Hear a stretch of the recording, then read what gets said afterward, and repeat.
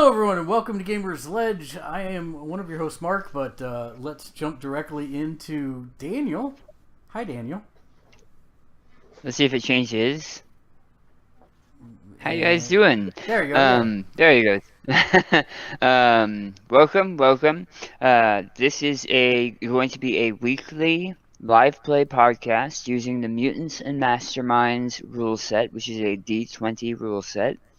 And we will be playing a game set in a world very much like the MCU.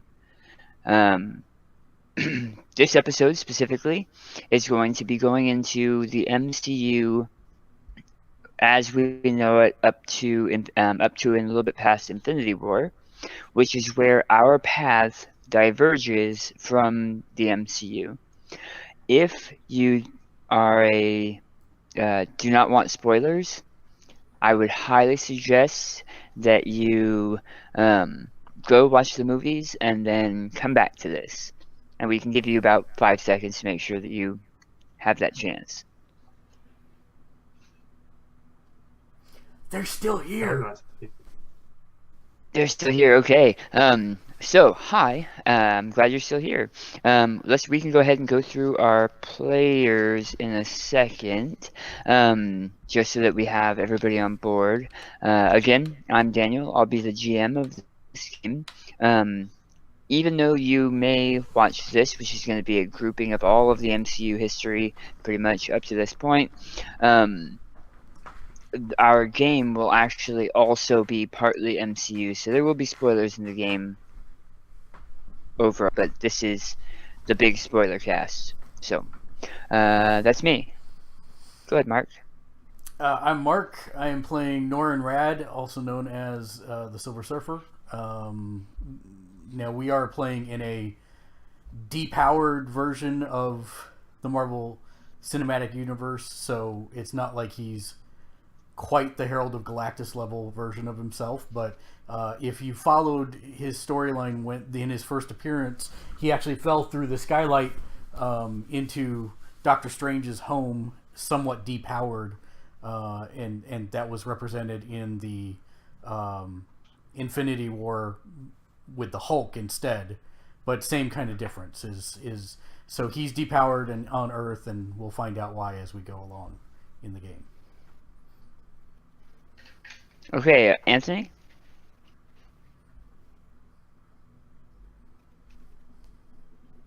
Sorry, I stepped away for a minute. I'm assuming that we are describing our characters? Just like a small character intro, and then after we get those done, I'll jump right in with the history. Okay, so I am playing the character Puck. This is a male version of the very customized version of Pixie from the Marvel Universe. 6 inches tall, permanently, dragonfly wings, flies around casting illusions and using fey magic to shove people around and move things, and creating portals to go into and out of dimension, the fey realm. And that is Puck. So, as a note for our viewers, there is a Marvel character named Puck. This is in no way in relation to that character. Right. Yes. Go ahead, Ray. Go ahead, Mark. No, I was just going to say no Alpha Flight involved. No Alpha Flight involved. Go ahead, Ray. Alright, I'm Ray, and I'll be playing the character Cadus, which is essentially going to be an offshoot of Gambit. Same powers, for all intents and purposes, charging objects with kinetic energy that can in turn be explosive, and or charging a massive area over a period of time to cause an even bigger detonation of sorts. Otherwise, very skilled at fighting with a bow staff and cunning on his feet, street smarts, and of course, no character would be complete without a slight addiction, which, surprise, will be gambling. So he's a gambler, but he's not named Gambit. That's right. Okay, I'm just checking. And last but not least, Oh, I guess you want me to talk. I'm sorry. All right, so So I am playing Aeon, and And he what's is. your name so that everybody knows? Oh, my name is Nicholas. The character's name or my actual name? Yeah, you don't know your actual name. Special. Yeah. So I'm Nicholas. I am playing Aeon, and he's an offshoot of Elixir with a little bit of rogue power elements added in to make it a little more interesting. And for those that aren't aware, Elixir is a Omega level mutant who has the power to heal anyone or kill anyone. And Rogue's powers are to absorb other people's powers and or kill them as well. So yay. And Daniel, of course, is the GM or the Watcher. He's going to be guiding us as we go through everything. And yeah. That is it. That's the idea anyway. Okay, so I figure what we'll do is we'll do a quick reminder of big events that have happened in the Marvel Cinematic Universe, because obviously that's a very different universe than the comic books, and end with the last couple of years since the events of Infinity War took place. I'm just pulling up a screen really quick. We do have one other player, and that is Justin, and he is going to be playing a speedster, and kind of a unique character to the MCU. Is he required to have a can of soda at all times? Because I think this needs to be a house rule. No, Chick-fil-A. But how are we supposed to yell Surge? See, and I thought you were going to go with Whizzer there. Oh no. All right. Okay. So we've given people plenty of time to go ahead and take off if they didn't want spoilers. Starting off, like 3000 BC, Dark Elves attempted to conquer the 9 realms. I hear sounds, but I don't see text. It's Roll20, I think. Roll20 chat. Yeah, it is Roll20. Yeah, Nick is. I'm sorry. I was trying to figure out how to roll. I'm sorry. No, you're good. I want to make sure I'm not missing messages. Okay, so like 3,000 years BC, Dark Elves attempt to conquer the 9 realms. Frost Giants attempt to invade Earth, and they're fought back. Odin hides the Tesseract, and which is the cosmic cube that we see in Captain America and so on. Fast forward a whole bunch of years, and we have essentially Captain America, where Steve Rogers goes to the project, goes to the Rebirth Chamber, and becomes Captain America. And he and his troops combat Red Skull and Hydra for 4 years, and come out successful in a last-ditch effort. Along the way, losing Barnes, and that comes back into it later. After defeating Schmidt on, it looks like 4 March 1945. Wow, that's really specific. Captain America gets frozen. And Howard Stark recovers the Tesseract in 1945. Tesseract, obviously, we now know from Infinity War, and we had thought maybe this possibility, is actually the space gem, one of the Infinity Stones.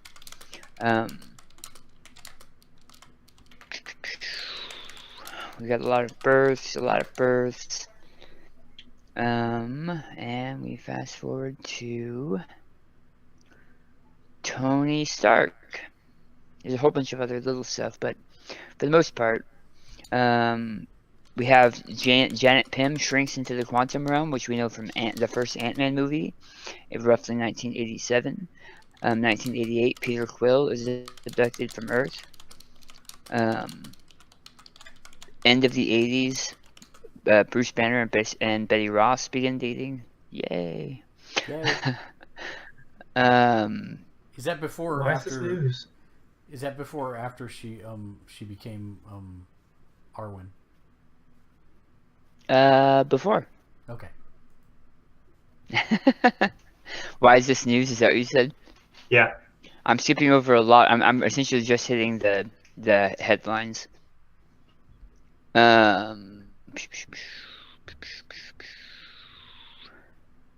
Because there's a lot of other stuff in the mix. I'm just gonna jump ahead.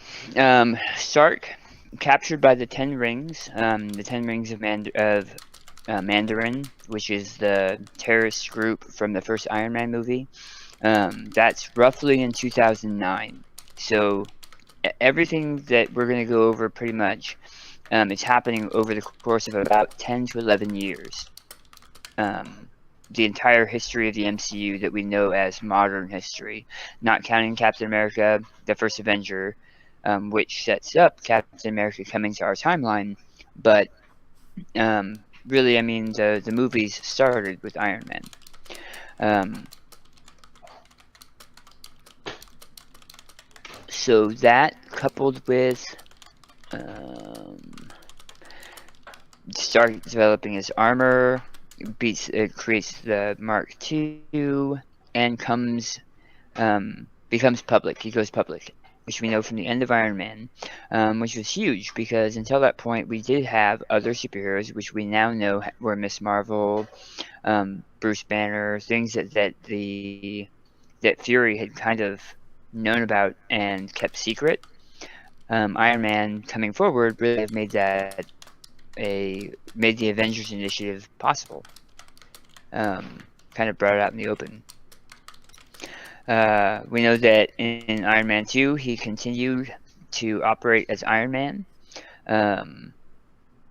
with the Stark Expo and starting to get poisoned.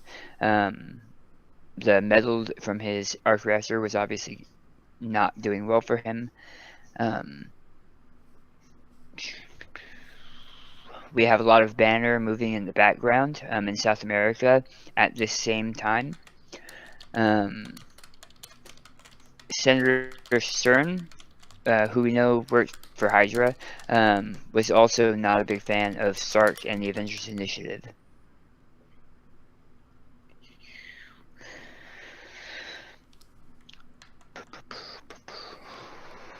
Moving forward.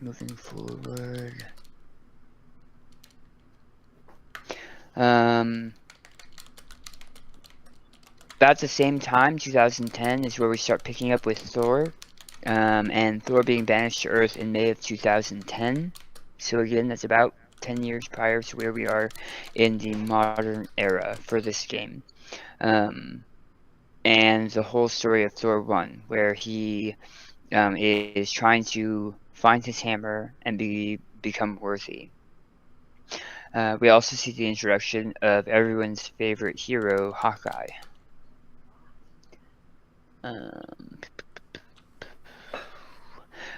Right towards the end, when Thor defeated the Destroyer and earns his right to go back to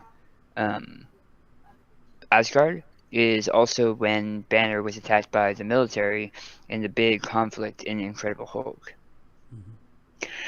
Mm-hmm. Which also, around that same time, is when Thor destroyed the Bifrost, locking himself away. Does anybody have anything at this point? Notes? Interesting facts? Good. Okay. Moving on. We have Banner meeting with Stearns. Stearns was the geneticist that the scientist that was working with him right before Abomination, and ended up with being exposed to that genetic material, that gamma-infused genetic material. In the movie, it kind of has his head growing, and so some speculated, well, not speculated, but that was the master that we might see in further movies, though we never did. However, Roman grabbed him and brought him into S.H.I.E.L.D. In the comic books, the MCU comic books. Shortly after, the 9 realms descended into chaos. So the Bifrost, which was the Rainbow Bridge, had allowed Asgard to travel out into the 9 realms and protect the 9 realms from the different warring factions that have been at war for thousands of years. The removal of the Bifrost means those old enemies and those old wars can start coming back to the surface. So no good there.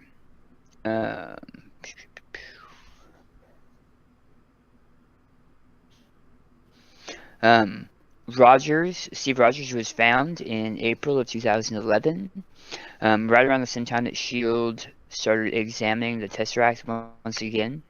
And shortly thereafter, Rogers met Nick Fury for the first time and started talking about building this team.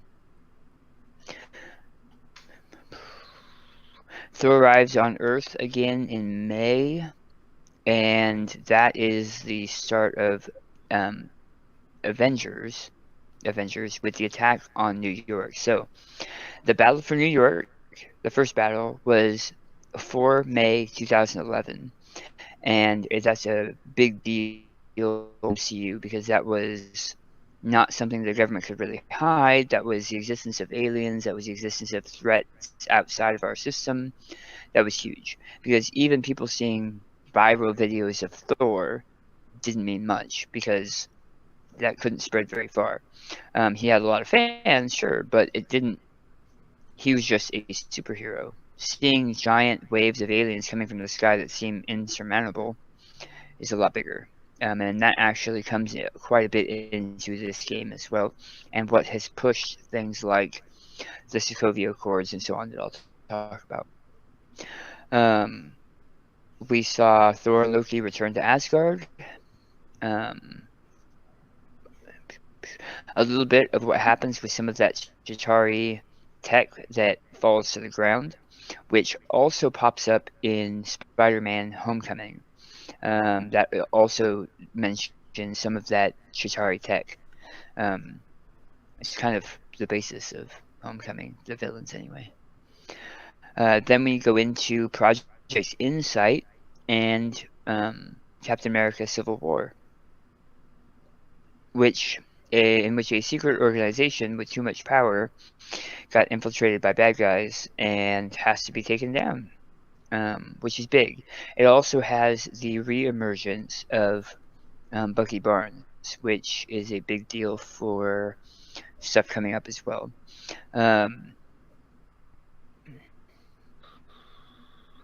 We also see Thor traveling. So remember how I said the 9 realms are descending into chaos? Thor has found ways to go back out. And Heimdall actually rebuilt the Bifrost. Heimdall being Idris Elba's character, who's amazing. And that is also where we see the third Infinity Stone now. Third Infinity Stone now, which is the Aether, or the Reality Gem. It's that red, black, viscous, floating fluid mist, yeah. We also meet the Dark Elves. Now, the Dark Elves come from a very specific realm, and were locked away for a long time. This may or may not come into the fact that we now have Fae in our version of the MCU. The Dark Elves attack Asgard, and they're looking for essentially the Reality Gem. Malekith, who most might recognize as the Ninth Doctor. We know that Thor defeats Malekith, and the Collector takes the Aether. The first of a couple that he wants to try to collect. Go figure, it's his name. We also have Thor offer the throne and declining the throne. And then we have Iron Man 3, which some can argue may or may not be people's least favorite of that trilogy. But it goes into some different things which are really interesting. It's the beginning of the thoughts about nanotechnology for Tony Stark, and also gets rid of the first set of what I like to call unitasker armor. Instead of having one set of armor that does a bunch of different things, he has one set of armor that's very good at one job, but he has that times like 500, which is something that, and even in the comic books, Tony Stark is known for. So that was 2014. So we've only jumped 5 years. All of that was only 5 years. 2014 also had the Guardians of the Galaxy, formed around the protection of the Power Infinity Stone, trying to save the planet, the galaxy from Ronan the Accuser. Peter Quill also comes across the sentient planet Ego and his connection to that planet, which is a pretty neat story, I thought. But that comes into the whole cosmic entity that is the Guardians of the Galaxy. Does anybody have anything?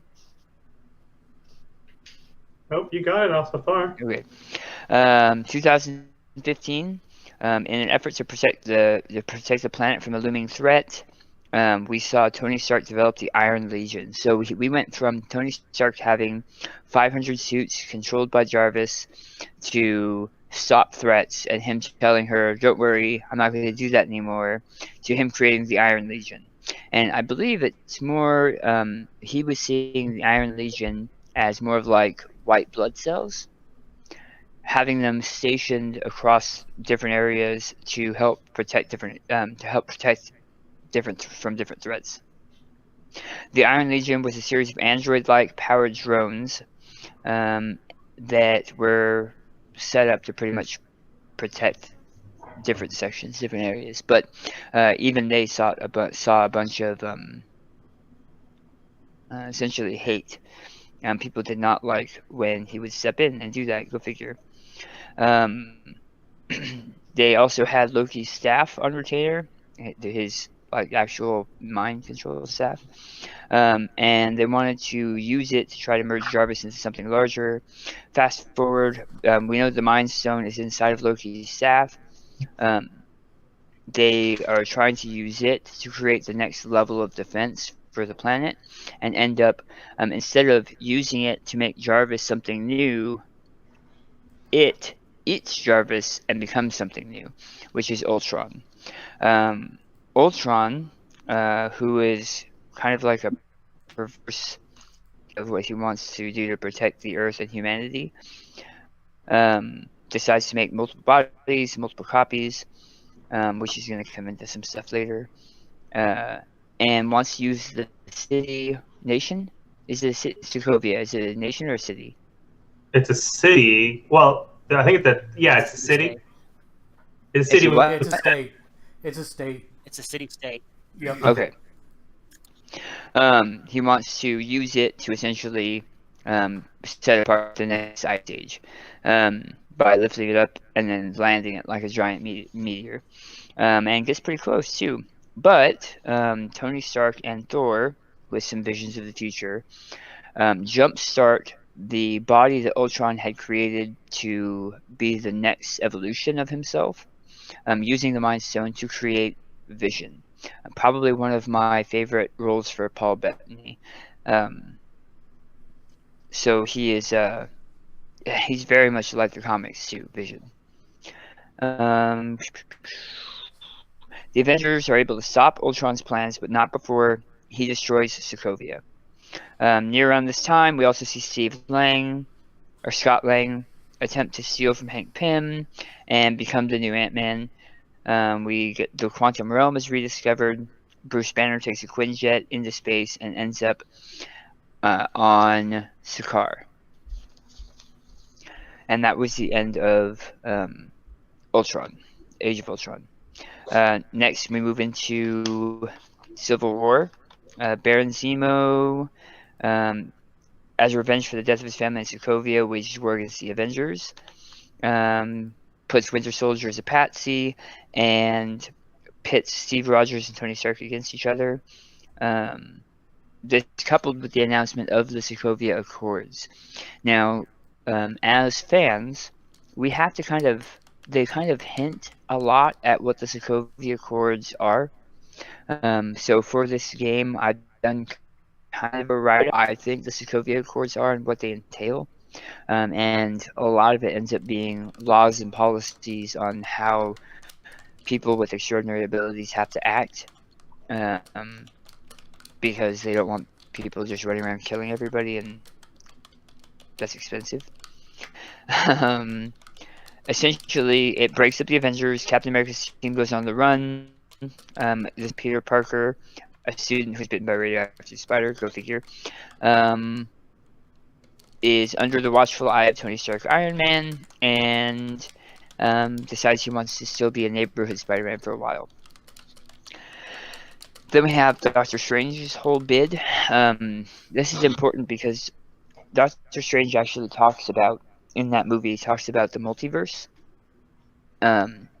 Introduces a couple more avant-garde subjects that we haven't seen in the MCU up to this point, and also introduces Dormammu. Is Dormammu considered a Celestial in the MCU? What do you think? No. No? What is he? He is a entity from a different dimension.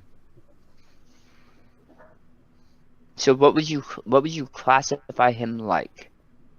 Death.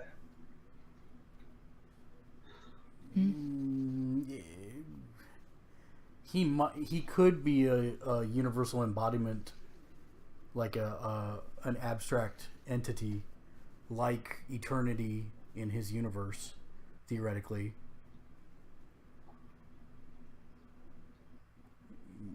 Chat saying an Eternal of his own universe. Yeah, it's possible as well.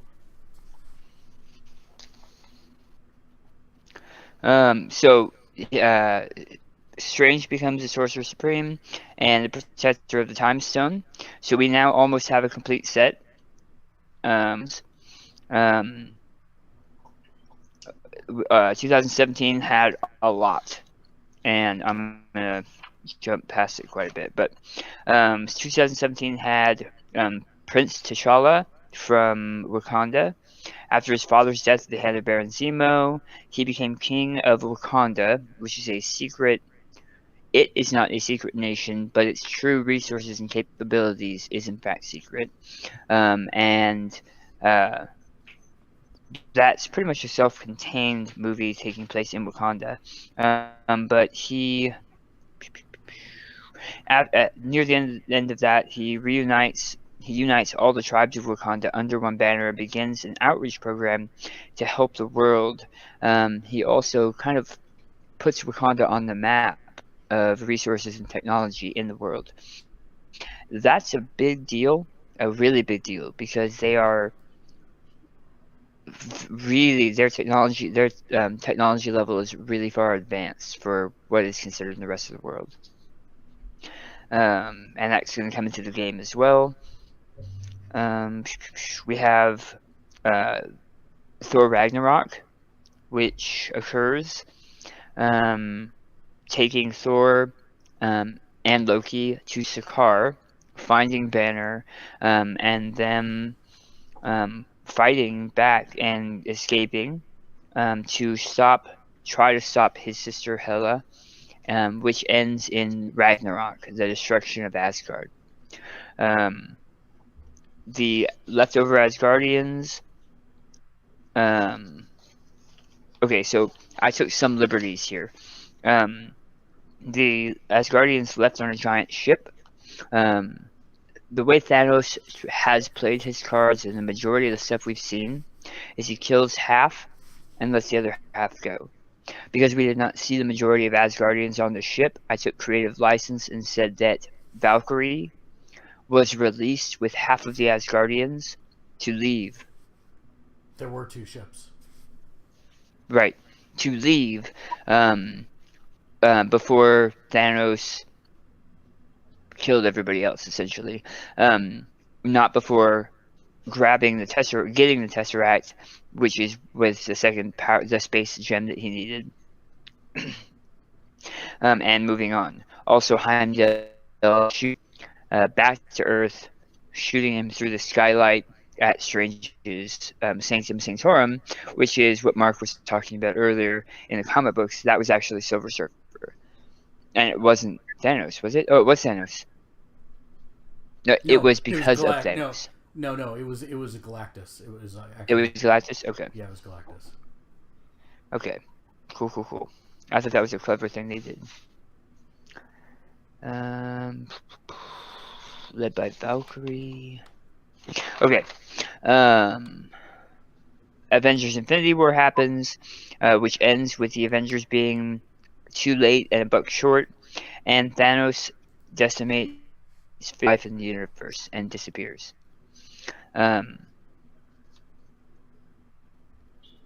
He ends up in a farm. A nice, pretty farm. Okay. This occurs while Scott Lang is in the quantum realm, and this whole team is taken, abandoning him there, which we saw from Infinity War and Ant-Man and the Wasp. Alright.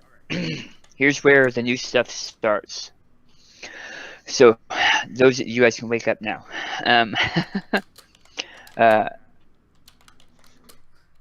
April 30th, 2018 has become known as the Day of Decimation 2018, or D18. Chaos. I can't even read that, it's so small. Chaos spread through the globe, families were destroyed, and as it was random, much of the world's experience and knowledge was lost as well. The UN stepped in a large way, with huge amounts of support from large corporations. Many of the corporations had enough members to stay in good standing even after D18. And the high-tech nation of Wakanda really stepped up. The UNWO, or United Nations World Order, was born. They were the first, and for a long time, the only supply that many had after D18. So they ended up helping to make sure that people had food, water, energy, medical supplies, everything they needed, nearly globe-wide after half of the people disappeared. They helped move food and resources around to where they were needed. After 2 years, humans adapted as they had done since the beginning. They adjusted, and while no one would dare say it, with only half of the population, there was plenty to go around. Behind the scenes, about 6 months after D18, right around October of 2018, Captain America, Iron Man, and the remaining Avengers collected all manner of whatever heroes were left and took the fight to Thanos. They had found him on the world he was at, and in a last-ditch effort to bring back all that was lost, they never returned. June of 2019, several clips went viral of a man with glowing red eyes that destroyed an overturned fuel truck that was sliding towards a busy highway. The film was clear, and it was the first evidence seen by the public of mutants. Governments around the globe had been seeing signs for months. Mutants, which are humans with powers, start showing up en masse. Some geneticists believe that we were seeing the next step of evolution brought on by the abrupt change to the environment and population. Other scientists, mostly physicists, believe that the lives taken in D18 represented a massive amount of energy, and as energy can never be destroyed, it shown itself in these mutants. Regardless, many around the globe still see the influx of these powered beings as an omen for future trouble. It was beings like these that brought about D18, or so the masses believe. And so even in their societal infancy, mutants are reviled. People see these people with powers as something different and dangerous, and so there's a lot of violence against them. If you're not sure what I'm talking about, watch X-Men the cartoon. Okay, so that was June of 2019. Or the Gifted. What was that? Or the Gifted. Or the Gifted. That's a good point. They does a good job of showing that. Yep. Okay, so that was June. October 2019, the Xavier Institute, a private school in upstate New York, purchases the large grounds around the school, expanding by almost 40%, and claims the first UNWO sanctuary rights for mutant kind. The school and grounds are owned by the philanthropist Charles Xavier, who worked with Howard Stark on his equipment in the 60s. The UNWO, in response to the outcry of numerous nations around the globe, called for an addition of the Mutant Registration Act to tie into the Sokovia Accords. So the Sokovia Accords are already set in place. They're already signed up. Everybody who steps forward is either arrested or registers with the Sokovia Accords, signs on to them. They're trying to get the Mutant Registration Act attached as an addendum to that, which would limit the actions of mutants and ensure the mutants are registered and their abilities known. Senator Lee Kelly is one of the major leaders in the U.S. to push for the signing of this act. The township, in December 31st, 2019, so the last day of the year, the township of Middleborough, Kentucky, burns 3 mutant children outside of a Church of Truth, which is a organization that has begun, that essentially says humans are normal humans, Homo sapiens, are the only way forward for the future. Isn't that church burns down? Investigations by local authorities find no one at fault, and the government has to step in. Investigations ongoing. Crimes against mutants have been increasing worldwide since their arrival. As mutants can show up anywhere in any family group, the mutants that go to a criminal element aren't helping the situation. So you have organizations that are trying to help protect mutants, but also using them for darker reasons. Say gangs. Not that any of our players would know what that is. Dang, what is that? Chat is saying, "Damn, that got dark fast." And I would like to counter with, read any X-Men book from the 1960s forward. So I'd be lying if I said that I'm just coming up with this off the top of my head. There's literally decades of stories that this is going through. This being an example, yeah. And that's my plan moving forward for you, for the viewers and the players. My plan is to try to use some modified comic book storylines that we've loved over time as part of these stories, because I think that some of them are extremely well written. Okay. Before you jump back in, real quick, can we talk about the 6th player? Are we going to do the 6th player? Oh, the Cuckoos? Yes. Yes, go ahead. Shiaku, Go ahead, Mark. Shiaku mentioned that they've been playing in a Mutant Mastermind game campaign themselves, and sadly ending after 3 years. And what we're going to do with the chat is, if you join us on Tuesdays, you guys are the Stepford Cuckoos. And what that means is, if you're not familiar with the Stepford Cuckoos, they're a series of triplets that all have super Omega level telepathy powers. And you guys can be our 6th player. And you're going to kind of be like a filter where we may disregard a lot of what's said, but if you're contributing to the story and offering opinions and ideas, then that may be a message from the Stepford Cuckoos to us as we're playing, as something that we haven't considered. So, not saying that... Well, I'm sorry? But I was saying they're one of the main bad guys in The Gifted. I was just about to say that too. Spoiler alert, but yeah, the Esme and the Stepford Cuckoos actually show up in Gifted as well. Awesome. But yeah, I have no problem with that, so that you guys can help chime in or maybe give ideas.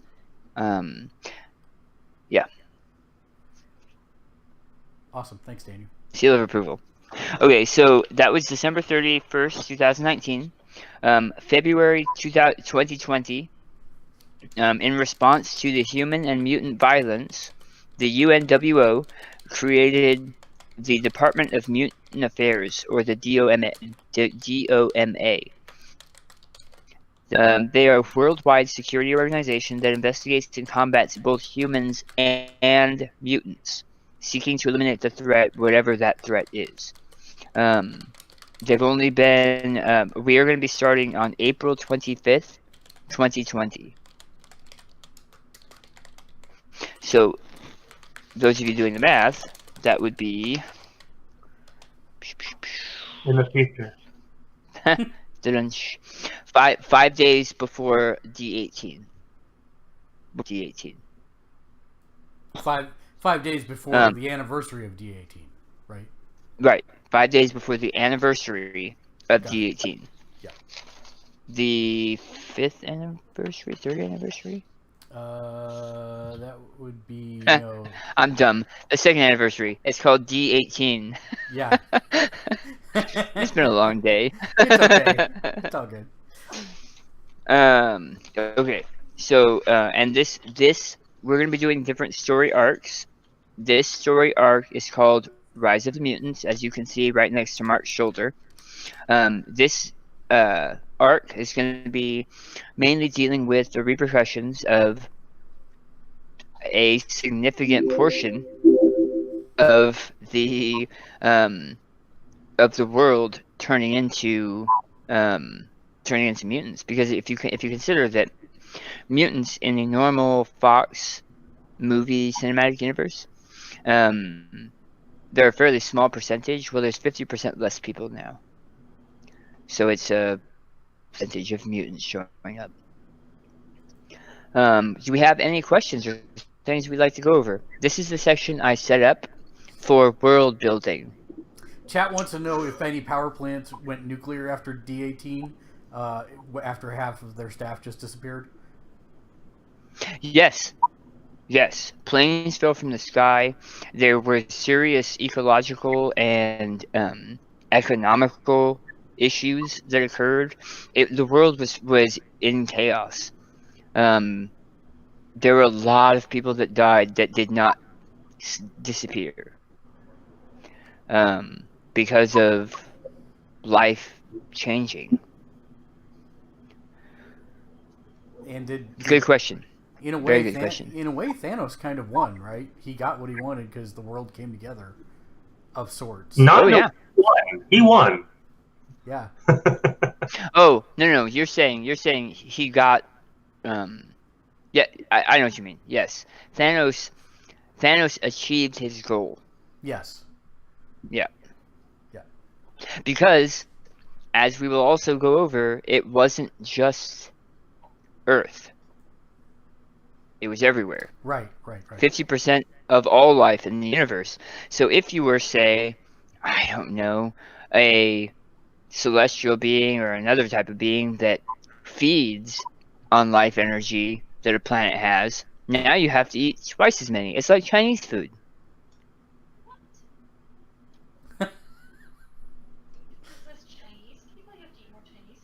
Wow, racist much? Wow. No, Naomi. Not because there was less Chinese food, less Chinese people, it's like Chinese food. No, you're saying that... Anyway.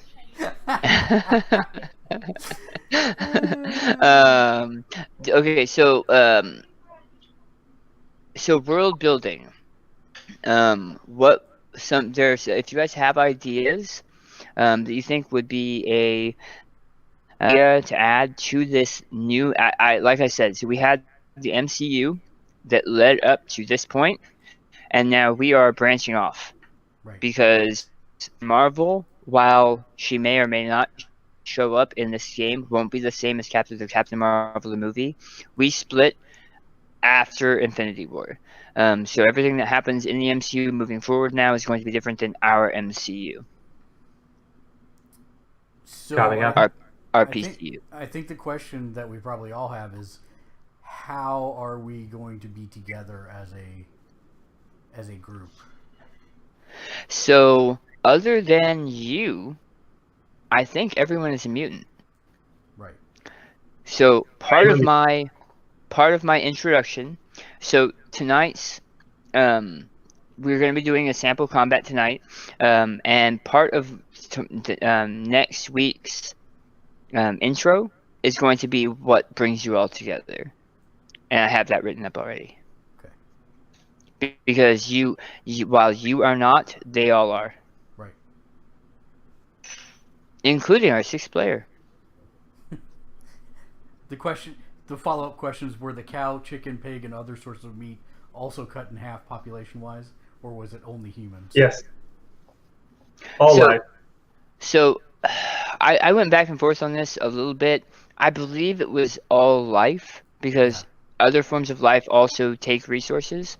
But in my head, I also thought, well, maybe if it was sentient life, because I believe that if humans weren't on this planet, the planet would probably be just fine.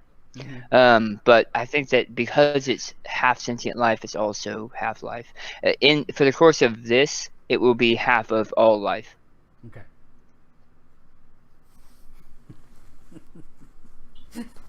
They're getting very specific about did trees vanish as well. No. Because trees are dumb. One bush. Trees There was dumb. one bush. One bush went. And that was the band, right? The band bush. That was the band. Yeah. Yeah. The whole band. Not 50% of the band. The whole band. Nice. They had to make room for Rush. All of Rush is still here.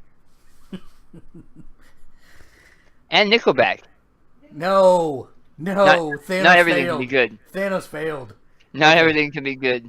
The hands are gone. Fine. Did we have any other questions from the cuckoos? I'm not seeing any.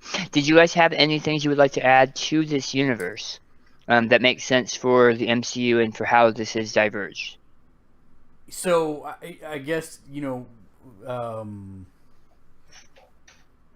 the Avengers, the remaining Avengers, went to confront Thanos and fix everything, and they never came back and were never heard from again, etc. Did I get that correctly? And so, yes. Okay. So, for the last 2 years, there have been some people that have stepped up in small ways, but for the most part, all of the heroes were gone. Villains didn't leave. So 50% of the villains that were still here are still here. And so there are villains that kind of rose to power in their respective areas. Is Agents that we'll be getting into in the game. Is S.H.I.E.L.D. still active and on the radar? Are they underground? Or, well, we wouldn't know if they were underground, but are they on the radar? Has someone stepped up to be the S.H.I.E.L.D., and then has someone stepped up to be the Avengers? I guess is my follow-up question. No one has stepped up to be the Avengers. When the Avengers broke... X-Men. Yeah, huh? X-Men and X-Men. I will actually get back to that, Anthony. Thank you for reminding me. Okay, so once the Avengers broke in Civil War, they remained broken. There has not been another Avengers that stepped forward. There is a kid that no one has been able to, or not a kid. There is a person in New York that people have been calling Spider-Man. That seems to have a lot of the same powers, but no one has actually gotten a picture of him. He's pretty much Batman at this point, where he's just a story. Okay, I'm sorry. I must have missed that in the recap somehow. So in our version, because they never got back together after Civil War, there was no unified front when Thanos' lackey stepped down on So there was a unified... I'm sorry. I said the Avengers broke up. That's not true. Tony Stark still had an Avengers. Right. I forgot. That is true. Right. Those Avengers disappeared.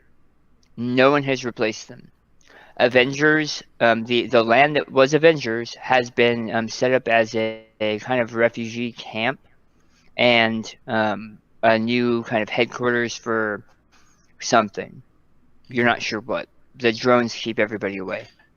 Good question. So does that mean that Steve Rogers and the remainder of the original Avengers could still be out there, or did they actually come back to help Tony and disappeared with the others?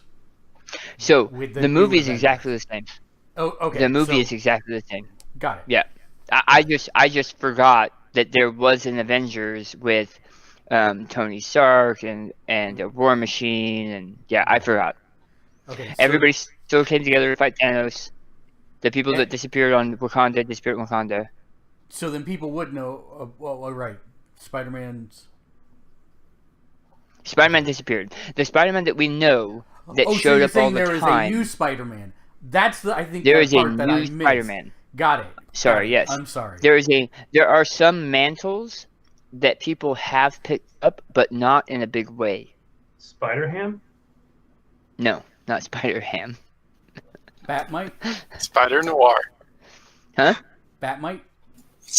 Spider no. Noir. Spider Noir, sure, yeah, no. But there have been some people who have started picking up the mantles, but no one of any serious note, or no one that wants to be interviewed or have pictures taken of them like Spider-Man did. Spider-Man was in the newspapers all the time. Well, yeah, he took pictures of himself all the time. Not this one. Not High School Spider-Man.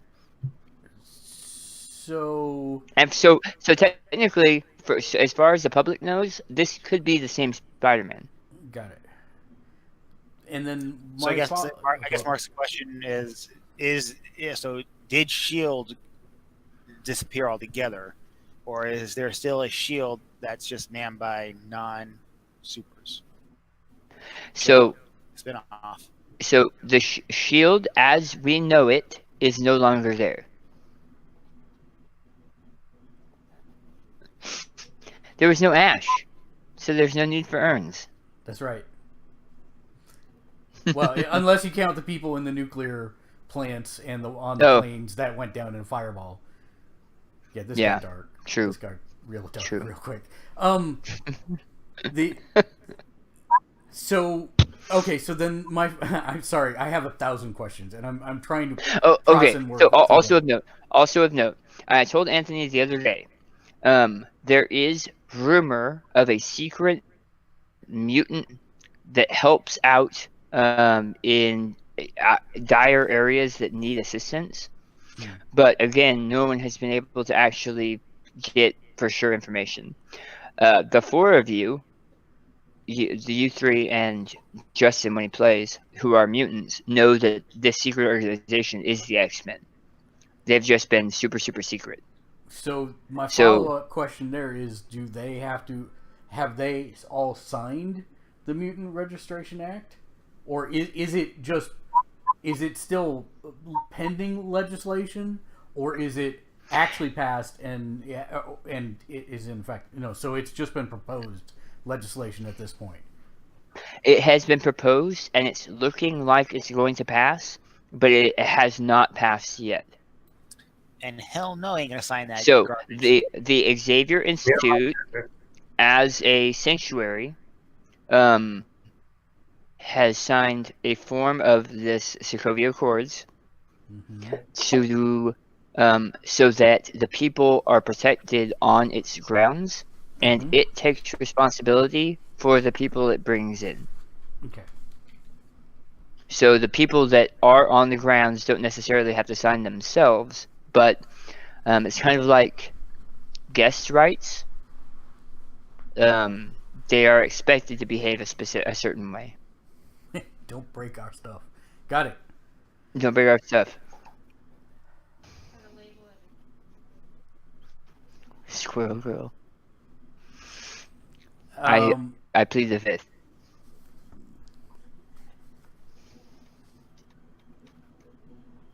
Okay, so then okay.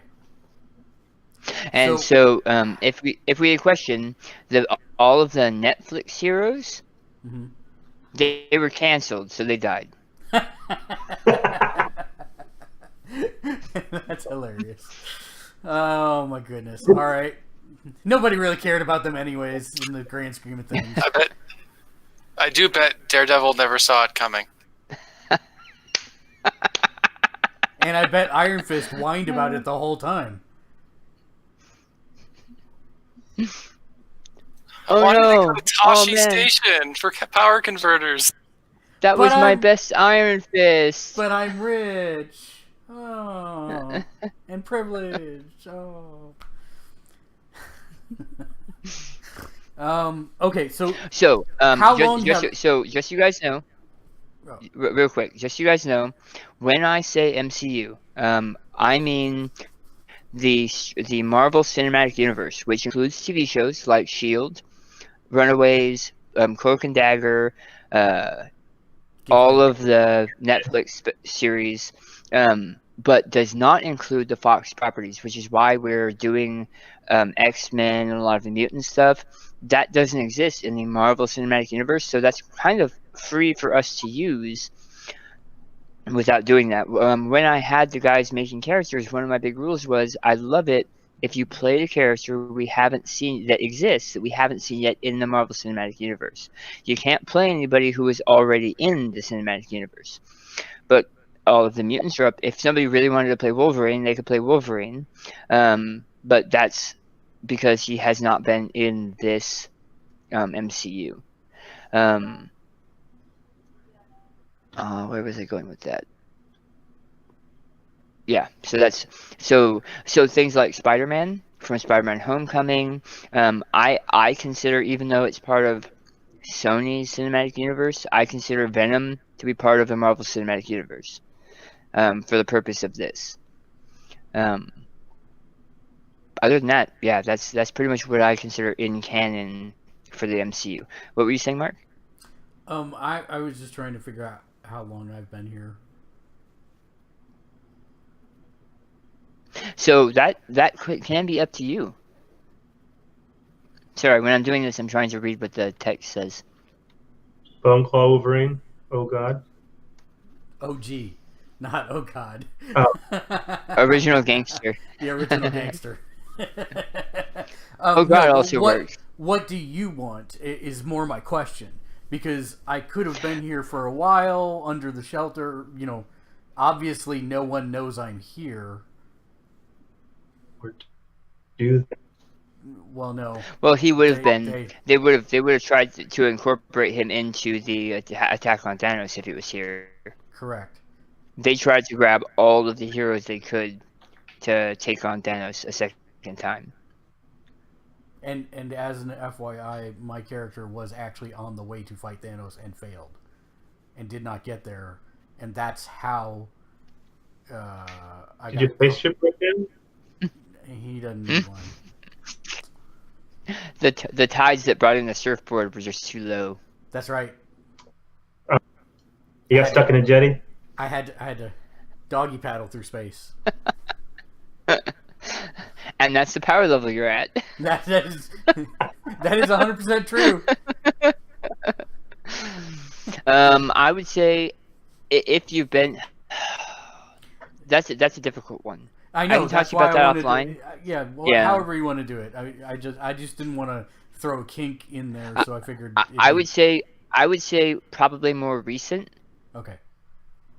If you wanted to be here longer, then there's other things that have to be taken into effect Yeah. or into account. Okay. Yeah, I agree. Yeah, just flopping around like a space salmon. That is my power level right now. So. Yep. Yeah. Okay. What next? Do we have any questions? You go ahead. Not really a question, but so I've been looking a lot at that, my teleportation power, my ability to dimension slip into the fairylands. Once you started talking about Malekith earlier, I hadn't thought about how teleporting to the fairylands could be one of those realms. Which could actually be very true to in character as well. So whether I was leaning after doing some quick Google foo, Alfheim, which I'm not familiar with any of these, so I'll have to do some research later. The Light Elves, But if you want it to be the Dark Elves, it's cool with Nope. that too. Nope. So when you told me about your character, and then told me that was one of your powers, I went because it fits in really well. People hear that you want to play that with the character you want to play, and normally that doesn't necessarily fit into a game like this. Jokes are fine, but most of the cinematic movies are relatively serious action movies, and I'd like this to kind of portray that level. But a 6-inch fairy may or may not fit that. I think it fits it perfect because there are characters like that in the Marvel Universe. There's even, Ant-Man and the Wasp, who we really didn't think were going to be a good movie. Like, how do you portray that on screen without it being goofy? You know? A guy can shrink to the size of ants. But it was amazing. They did a really good job. Anthony. Yeah. Naomi just asked who is a fairy. Anthony's a fairy. Anthony's always a fairy. I built a character in honor of Naomi. He built the character in honor of you. I know, I appreciate it. And I will steal it. And she will steal it, as we said. That's fine. I got like 1,200 others. He's giving a history of Alfine in the chat. Nice. Yep. You know you're reading that in the most difficult way possible, right? You could actually like do a new window and have the Twitch channel open and actually. I'm just saying, then you wouldn't have to squint to read the backwards text. So difficult. And we wouldn't have to see his nose hair either. Oh, just the whole hair? Twitch. Okay. Did you guys have any other points or any other questions? Or because really, your questions are helping to build the world. So I know in other games we've played, you've done where you had homework to where we kind of told us a brief story of how our character came to be. You didn't ask for that this time, so I wasn't sure what you necessarily wanted or. So I actually didn't have very much homework for this one because I wanted to choose. I chose the MCU. I'm gonna have to mute this in a second, but.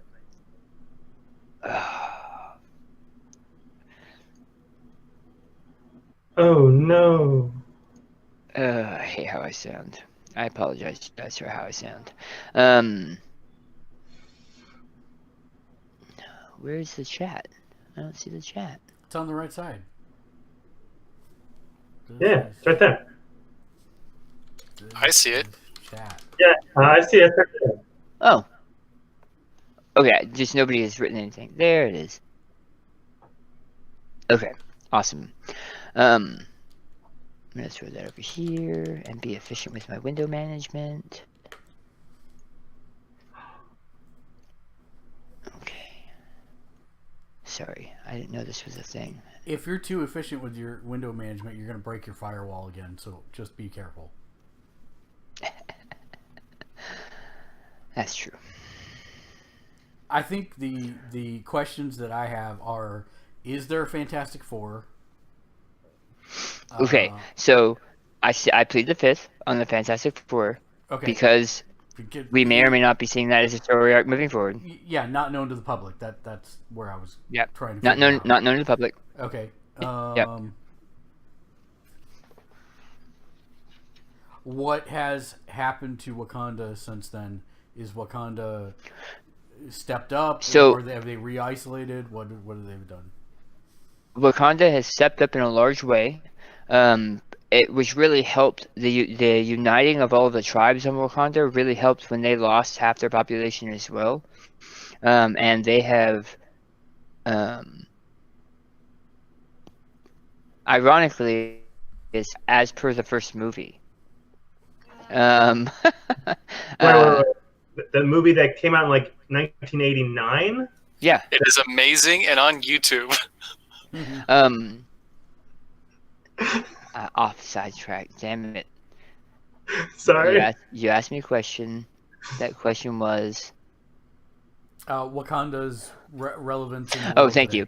So Wakanda has a female Black Panther that instead of being a secret hero is actually a known hero, and she is his sister.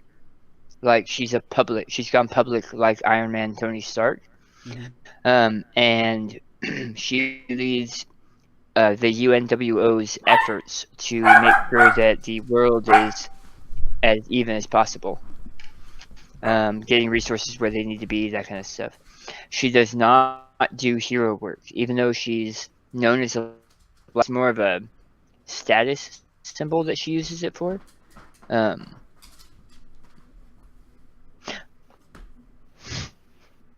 So that's where that is. Wakanda has stepped up in a big way.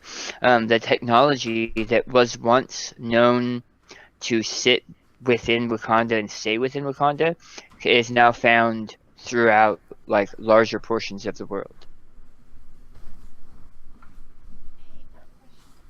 Are Wakanda responsible for all this UFO activity? Where? Like Middle America, they just like show up.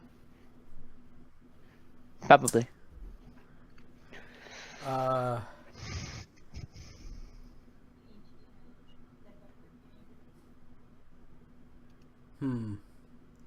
Trying to think. So we've got the X-Men, Fantastic Four, MIA, no Avengers. Has there been any further interplanetary contact since the event of D18? There has not. And if we took the camera and slid it out into the galaxy divided, most of these planets and the fact that the Nova Corps was decimated, like completely decimated, means that a lot of other planets have kind of pulled in on themselves, trying to protect themselves. And then D18 happened, so they're pulling in even further. So even out in the wild world, there's a lot of areas that where they originally had like trade routes, and a lot of that has been nixed. So everyone become isolationists. Kind of, not everyone, but a lot. There are plenty of predators in space that are taking in the galaxy that are taking advantage of the isolationist views.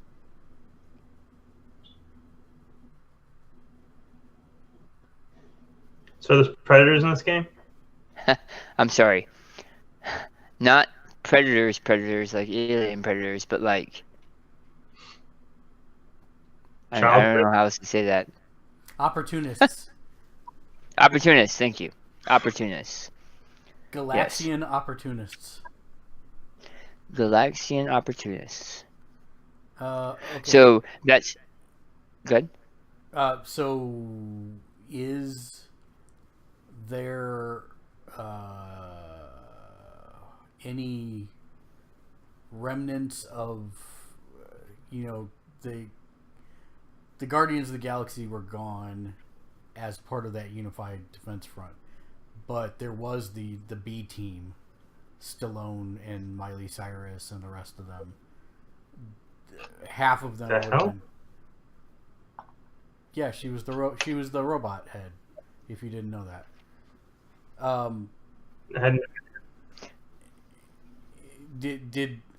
Is there anyone serving in that capacity, or that is? Well, I mean, I guess we wouldn't know. So, but the point is, we've not had any Earth has not had any contact with anybody since D18, basically. You first alien that dropped that they knew of. Right. Yeah. Okay. That's okay. Great. That's it. I don't have any more questions. I don't think.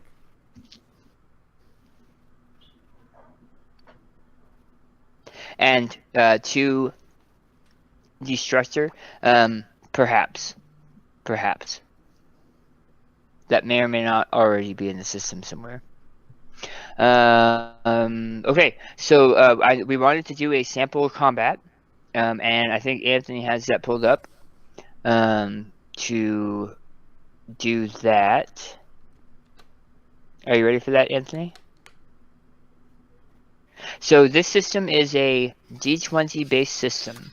It's kind of unique in that normal D20 systems like Pathfinder, D&D, even Gamma World uses kind of the same stats, the same 6 stats, and gives you a score, and then off that score gives you a modifier that you use for everything. You almost never use the score, everything else is the modifier. So if I had a strength of 18, I have a +4 modifier that I add to my rolls.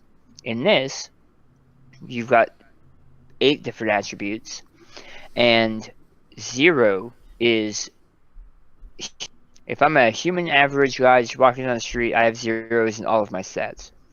And also of note, my stat is what gets added. So if I have a strength of 5, for example, I have this here. Now that you're looking at my ear hair.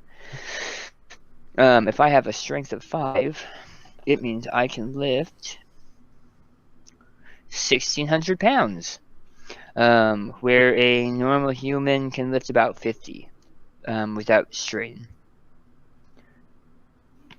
So, I mean, normal humans can even have stats higher than 0, but the average human is going to have stats of 0. So, as you can see, it means you can get pretty super heroic pretty fast. And those ranks double every time. So every time you go up 1 strength, you double whatever the previous amount was. So this game has a power level of 10, and most of our powers are capped out at 10 ranks. A strength of 10 is 25 tons. So, pretty serious stuff. Okay, Anthony, I'm going to hand it off to you. Okay, so do you have a question before you run too far, Dan? Yeah. Oh, I hit the wrong button. Darn it. Or is that the right button? That is the wrong button, damn it. So, as I'm building the combat, as I was building it, I was assuming that I was going to play the NPCs versus the team, and then I quickly realized that meant that you don't have a damn thing to do. Do you NPCs versus the players so you also get training, or do you want to take a break? Because I know you've been talking for a long ass time. I would like to take a break. That is perfectly fine. Thank you. I just wanted to give you the choice of if you want to join us in the game or in the fake combat, or if you wanted to rest. I would like to rest. Because I'm a teacher in my real world job, and talking a lot, I get huge headaches at the end of the night.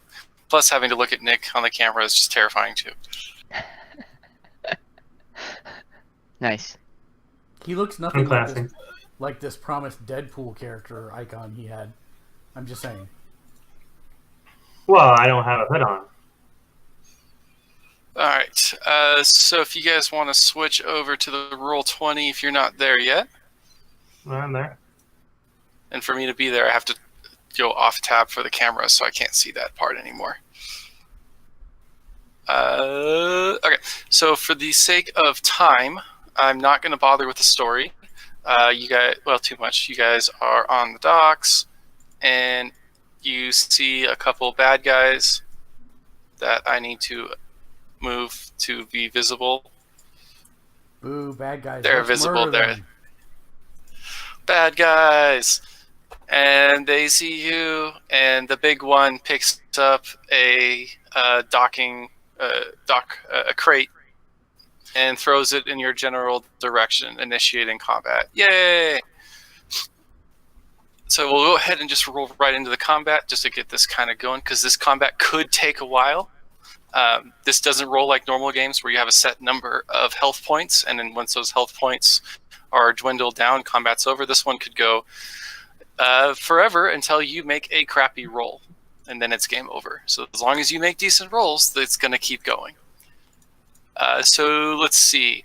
The bad guys that you see this guy, whom you know goes by Grizzly. Big, strong, hairy. Mr. Adams? Sure. Whatever you want. His friend here goes by Shiva. She is encased in a solid block of ice and is actively pushing an ice beam at one of the the big crates, trying to break through the lock to get whatever's on the inside. And finally, I just realized I may not have been broadcasting those to you guys. So if you didn't see him, so there's Grizzly. Oh yeah, no, now you are. Right, there he is. All right, yeah. Yeah. Yeah, it helps if I do the right. So I can make it big on my screen, or I can make it big on everybody's screen if I do the right key combo. So there's Shiva. Hi. And the last one is Wildcat, and she is sitting on top of a different crate, keeping watch as you guys come up. As Grizzly picked up the crate and threw it in your direction, she looks over at you, whereas Shiva continues trying to break into that particular crate. So to start it off with, we're going to go ahead and roll initiative. So does everybody have their character sheets handy? Yep. Mm-hmm. Okay, so you should see your initiative towards the top in the middle, to the right of where it says offense. So roll 1d20 plus whatever that number is. 1d20 plus. Ooh, I do Nice not roll, have chick. That yet. Can you stop broadcasting her to us? Wildcat? Just click off the screen. Just click on the screen anywhere and she goes away. Oh. Well, that's okay.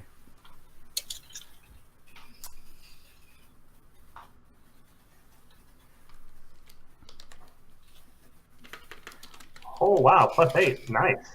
+11, good God. I did that slightly out of order. So chick had a 31. You had a 10. I did that. I hit the wrong one. Yeah, man. Wildcat So who- had a 17. Grizzly has an 11. Mark has a 16. For the sake of making things easy on myself, Puck got knocked out by that shot. Now I don't have to play 4 characters versus you 3. Oh no, Puck, no! That's probably going to happen. He's got ridiculously high offense defense and like no toughness at all. So as soon as he gets hit, he's gone. Who am I missing? I'm missing you. Who's you? That one. Ooh, sucks for you, Shiva. I'm not left. I'm not left. So I have Ray or Cadus has a 31. Wildcat has a 17. Grizzly has a Surfer has a 16. Grizzly has an 11. Let's see. Aeon has a 10. Putting them in order. And Shiva has a 4. 1, 2, 3, 4, 5, 6. That's all 6 he is. Great. So we have our initiative slots. Thank you for whoever shoved Puck off into the watery depths. You're welcome. Cadus, so we will start off with you. Looking at your sheet, you have your offenses at the top. Where is your sheet? There's your sheet. Do you have an idea of what you want to do first? And Dan, if you don't like how I'm running it, at any point come in and give comments. Well, given that this is a Gambit offshoot, Gambit really only has one opening move, which is to throw something nice and shiny at him that's kinetically charged, so it goes boom. So let's go for a kinetic charge ranged attack. Okay, and who are you going to be throwing your card at? We'll go after Wildcat since that nimble little Okay. shit is jumping around.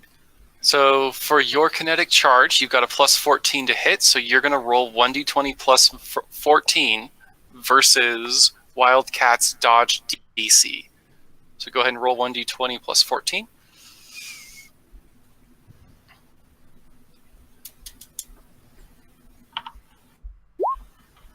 Okay, so you rolled a 31. So to figure out my dodge DC, if you have your character sheets printed off, one of the things I highly suggest is on your defenses where it says dodge is whatever, parry is whatever. To the right of that, make another column for your DCs. So your dodge DC is 10 plus whatever that number is. So like Cadus, your dodge is a 14, your dodge DC would be a 24, just 10 higher. So dodge, parry, fortitude, and will, the DCs are just 10 higher than that. Actually, does matter at some points. So you went against Wildcat. Wildcat, make sure I'm on the right sheet. Wildcat's dodge DC is a 22. So you hit with a bunch of degrees of success. So 31 minus 22 is a 9. Round up to the nearest multiple of 5, divide by 5. 2 degrees. And you've got 2 degrees of success. And of course, right off the bat, you come up with something that I forget how that works. So I'm going to hold off on that question for now. But you have hit. So now we're going to look at how much damage did you do. In other games, you would roll to see how much damage you do versus a static armor of your opponent. They flip it in Mutants and Masterminds. Your damage is static, but my ability to resist is going to be what I roll. So you roll to hit me, you hit me. I'm going to roll to see how much damage that I take. So your damage was versus toughness. Toughness is an 8. So I'm going to roll 1d20 plus 8. And I get a 25. What was the damage DC for your attack? Damage DC is a 21. So 21. So my 25 beats your 21. So you throw your card at Wildcat. You hit her, but she is able to resist the damage. So in this case, this is probably due to her ability to defensive roll. So as the card comes, the blast goes off at her feet, but she's able to roll out of the way, taking no damage from the attack. So that will be your standard action. You still have move actions and as many free actions as you have to do. Is there anything else you would like to attempt? The only question I have for you then is, since there was 2 degrees of failure, since she applies that she takes a -1 penalty and she's dazed, does she still get a toughness roll though? So the -1 penalty in daze is based off how much damage she takes. In this case, she didn't take any damage, so none of those would apply. Gotcha. Okay. Yeah, so that bruised, dazed, staggered, incapacitated, that's actually your health track in this case. So as you take more and more damage, it's going to become harder and harder to keep going in combat, more and more likely that you're going to get incapacitated. So just to throw this out there, when he was rolling for his attack, you measured how many steps he had hit her by. That's not even a thing. Not for a normal I wasn't attack. sure if it was. Yeah, that's for your damage and toughness check. That's how much damage you do to that person. And there are some powers where you're absolutely right. How well you hit something can make a difference. But for your normal attacks, if I hit that number, I hit that number, and we move on to the threshold, the damage threshold. Gotcha. Okay. That just clicked in the back of my head. It's like, oh, wait a second. I think there might be something with degrees of success for to hit, but nope. Too many different rule systems in my mind. And then all I will do is I will move to the edge of a container, taking some cover, and end my turn. Okay. So next on the initiative slot is Wildcat. She wasn't very happy that you threw your card, so she's going to jump back up to the top of those crates. She is very quick, being imbued with being bitten by a radioactive kitten. So she is going to start leaping from crate to crate, coming towards you, Cadus. And she is going to attempt to swipe at you with her extremely sharpened claws. So for her, she is a where'd it go? Plus 14 to hit. So she's going to roll her 1d20 plus 14 to see if she can hit. Because this is a melee attack, you're going to want to look at your parry. You did a range attack against me before, so I used dodge. Dodge is for range attacks, parry is for melee attacks. So you want to look at whatever your parry value is, add 10, and that becomes your parry DC. I got DC of 24. So 24? Okay, so I rolled a 19. You are able to dodge out of the way of her attack. So that'll be her move, her standard action. Wildcat is done, and it will now head to Surfer. So I will, let's see. I will use my movement to go here. And then, trying to see what I can see on the feed here. There we go. And then from there, so she's standing right in front of Cadus. I'm going to go ahead and blast her. And I'm just going to assume that I can hit her, so I'm going to do the power attack to take -5 to hit. And increase the toughness DC check. Because that means if I hit her, I'll do more damage, correct? You muted or something. Thank you. Yes, so you're normally a +10 to hit. You're going to do a power attack, which is an advantage that you took. So you're going to subtract up to 5 from your attack roll to add it to the damage, correct? Okay, correct. So to hit, power attack, the -5. So /R 1d20 +5. So I got a 19. Okay. So you rolled a 19 to hit. Wildcat's, this will be dodge because it's a ranged attack. Wildcat's dodge DC is a 22. So she is able to dodge out of the way of the blast coming towards her as well. Okay. So she is a very nimble one. Do we normally know what the DC is? Not normally. Okay, that's sake of transparency and for the sake of giving you guys practice, I'm letting you know. Got it. Plus for Dan's help as well. Okay. Because he has this system mastered. I just like to tease him about it. Okay, so you did your move. You did your standard action. Is there anything else that you'd like to do? Aeon, get her. Okay. Grizzly will go next. He is going to put his shoulder down and he's going to start running to come save his buddy. He is also pretty quick, being bitten by a radioactive grizzly bear. So he's going to come over there. As he's coming down, he's going to shift into his alternate form, so his body becomes even more muscular, more coarse hair starts coming out of his skin, activating that. As his snout extends out to look more like a grizzly bear, he is to unleash a roar going towards both Surfer and Cadus. So it is a cone area affliction. So both of you guys will be in that cone, and he positions it so that Wildcat is not in it.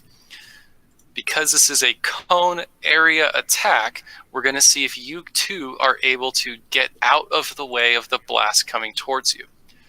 So for his attack, it will be a...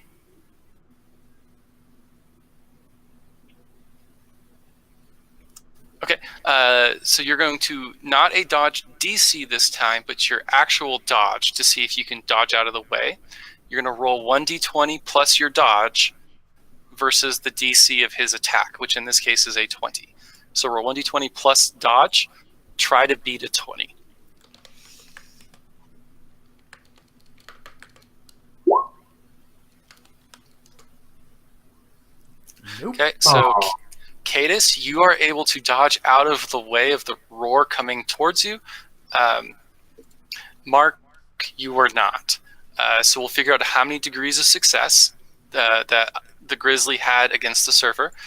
So it was a DC 20, you rolled a 17. That's a difference of 3.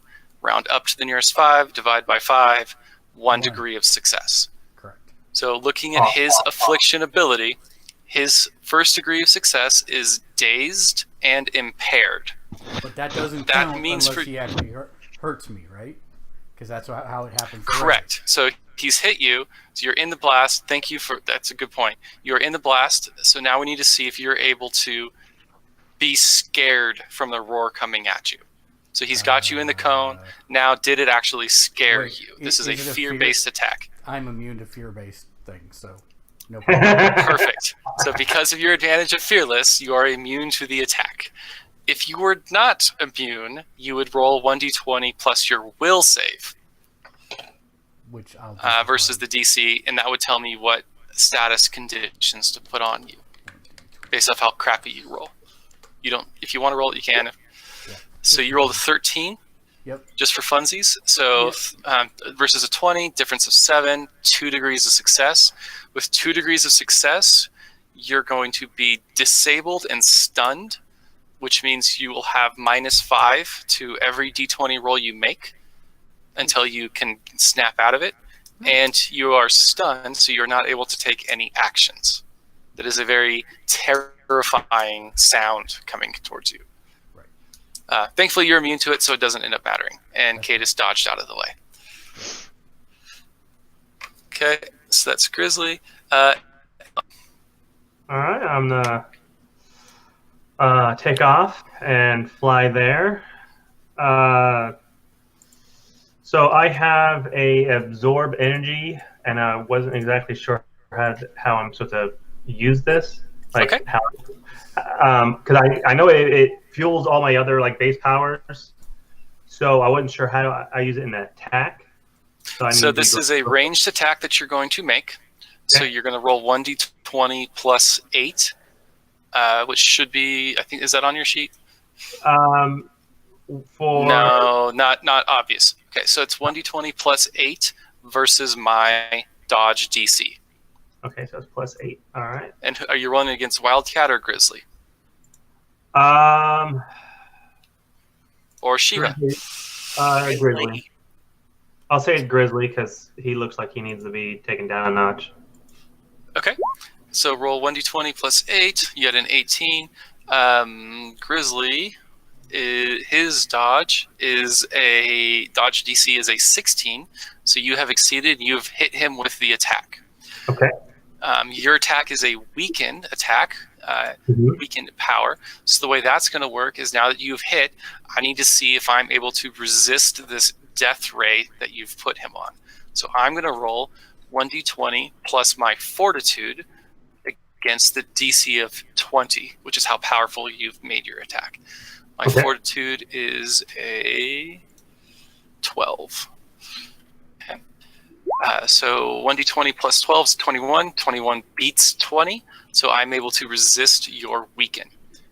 Okay. You know what? Just to make this easy, let's say I rolled a 27. I rolled a 2 plus my fortitude of 12 equals a total of 14. Okay. 14 minus your 20 is 6. For weaken, I'm going to reduce Grizzly's stamina by 6 power points. 6 power points means effectively his stamina goes down by 3. Okay. So let's see if I can do that easily. I'm just going to mark it that way. Okay, so you have dropped his stamina. Because his stamina is dropped, his body is physically weaker, so his fortitude has also dropped, so he's going to have a harder time resisting poisons and more like body control, pheromones, that kind of thing. As well as, because his body is weaker, he's not going to be able to resist damage as easily. So his toughness also went down because of that attack by 3 points each. Destructor Okay, and so Shikaku, thank you for following. You are rock stars. And the chat also says all these radioactive animals came from the power plant meltdowns. Absolutely. That makes perfect sense. I like it. I just want to know what kind of grizzly only bites and not devours. He didn't taste very good.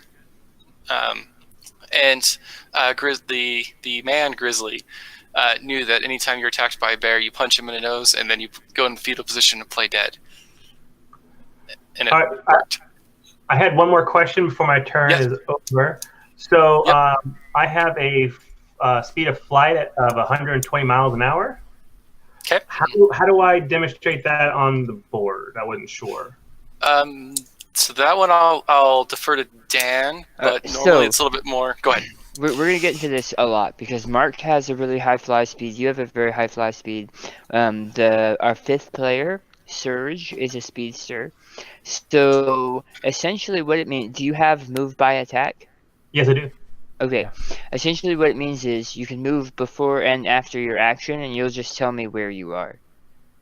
That's what it comes down to. If it starts being ridiculous, like you're saying, okay, I'm gonna punch him and then I'm gonna fly to Paris and wait for my turn, and I'm gonna fly back and punch him and I'm gonna fly to Paris. You have to say where you can see them so that you know if combat's done. You know what I mean? Gotcha. So I would say as long as you, because your speed is so high, as long as you stay within the map Hmm. and it's not getting ridiculous, then I think we'll be fine. Okay.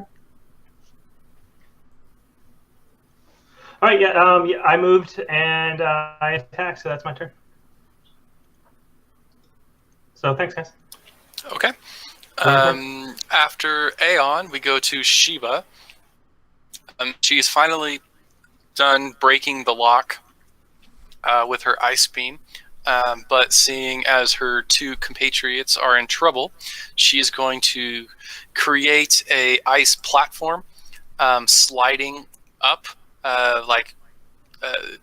and from her ice slide, she's going to unleash. Actually, she's going to come right down there. Sorry, She says, "Sorry, Wildcat," as she throws a wide beam of ice out of her palms, hitting Wildcat, Cadus, and Surfer. That's awesome. So this is a line area attack, hitting her own buddy, because she don't care. Bad guys and all, right? So because this is another area attack, she's not going to need to roll to hit, but you guys are going to have to roll to see if you can dodge out of the way. So this is going to be another DC 20, 1d20 plus your dodge. Spoiler alert, I can't dodge out of the way. Let's Just see the it. automatic 10, or you have to roll up to see, or the roll off.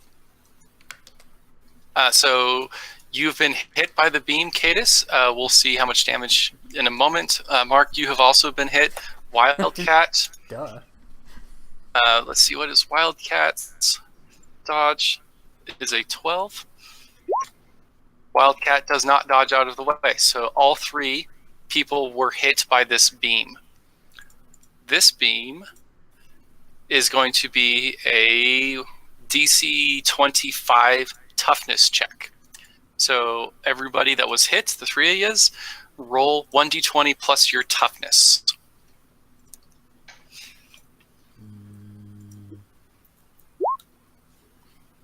Nice roll. He's done that a lot today. Can't hurt this. Dun, dun, dun, dun. That's right. Roll all of your 20s in the practice session that doesn't matter. Please. We don't get extra power points for this one? Come on. Oh, Daniel, I have a question for you. Yes. Mark, roll your toughness. No, because this is actually the question. I have an advantage called Withstand Damage. And it's take up to -5 dodge to dodge or parry to add to toughness. But I only have a 4. So can I not use it yet? Or how does that work? You can take up to 5. Okay, so I will take... So you can take 1, 2, 3, or 4. So I said I was going to get hit by it anyways. So can I redo that and just take the die roll without the 4? Because that's where I was supposed to have done it. So for the sake of practice, sure. But in the future, Right, I know I need to declare it. Dan's prerogative. Yeah, no, you have to declare it before. Yeah. Right, I would for the sake of practice, sure, but Yeah. Okay. So then it's plus 4. 1d20 plus toughness plus 4. Okay. Oh, my 20 plus toughness plus 4. So 1d20 plus... Seriously? I thought I was actually going to get to damage you people this time. Nice. All right, so let's see. Wildcat takes all of the damage right here. You can, yes, Wildcats can get damage. Yes! Okay, That's so awesome. Wildcat got slammed in the back. She was not able to withstand. Oh, actually, that was the wrong one. Her toughness was an 8, so it's actually an 11. Oh no. So rolled an 11 versus Yeah, the 2 DC degrees. of 25. So let's see, that is a difference of 14. Round up to the nearest 5, divided by 5 is damage. Nice. So I'm going to look at your health, at her health track. I'm going to see 3 degrees of damage equals staggered. So I'll check the box for staggered. And I will see that staggered means dazed and hindered. So I will see what dazed means is a single standard action per turn and moves at half speed. So she is now hurt, and I believe that's also a -1 to everything. I'm going to look at that in a moment. So Yeah, she it's just took a -1. giant shot. Now, the only way to kill or incapacitate a character is for that toughness roll to have 4 degrees of success or 4 degrees of failure, depending on point of view. So these combats, so you can see, you just keep rolling like this. You keep hitting, you either miss or your toughness checks. You take a couple of bruises here or there. Maybe you're dazed, maybe you're staggered. But eventually you're going to hit 4 degrees of success, and that's when the character gets incapacitated. For a named higher level character, for a minion or a mook or just a random peon that you're going to just smack through, 1 degree of success or 1 degree of failure incapacitates them. So I've marked Wildcat is now staggered. I will then, so that was Shiva, so we'll go up to the top of the round to Cadis. Anthony, just a caveat on that though. If you're already staggered and you get 3 degrees of failure and you get staggered again, then you get incapacitated as well. So you don't get 4 degrees. So 2 multiple 3rd degrees or an all-out 4 degrees. Yeah, it counts as the next degree down. So since you've already done the 3 degrees as checked, it becomes 4 degrees the next time you got a 3rd. Thank you. Okay. All right, Cadis, what you got? So, seeing how old Wildcat wants to get up close and personal, Cadis will entertain that notion, and instead of going out, and since he's also in direct contact, he's gonna take out his staff and engage in a melee attack. So, I'm going to attempt a strike with the staff.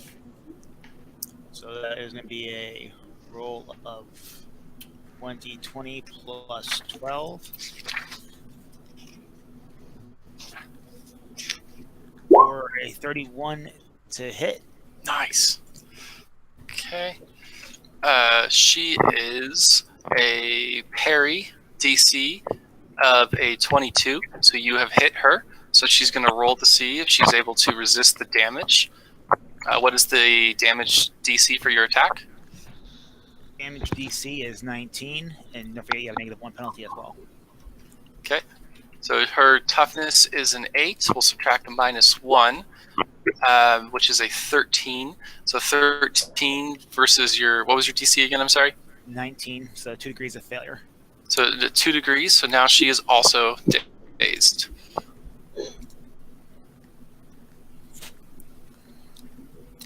And with her being dazed, Which I will is- do a move action and go around. Okay. So now she's been bruised twice. So she's going to have 2 -1s to all of her toughness checks. For a -1 for each bruise that she's obtained. Okay. Anything else, Cadis? Negative. I just moved around so I can get in line with the other 2 guys, and that is the end of my turn. Okay, so it is now Wildcat's turn. She is dazed and staggered, so she's only able to take a single her entire turn. And she would move at half speed if she sacrifices her standard action to take a move action. Thankfully, you are still right next to her, so she is able to turn around and still swipe at you without actually having to move. So Wildcat's claws are a plus 14 to hit. What is your parry DC? parry DC is 24. Okay, so I rolled a 25. I beat your parry DC, so now you get to take a damage check. So it is a damage DC of 21.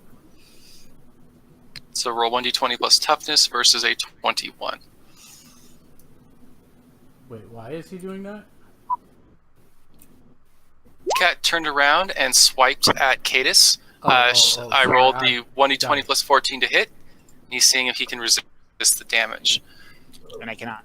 Okay, so 13 to 21 is going to be 8, difference of 8, which is 2 degrees of success. So now Cadus has a bruise and is dazed.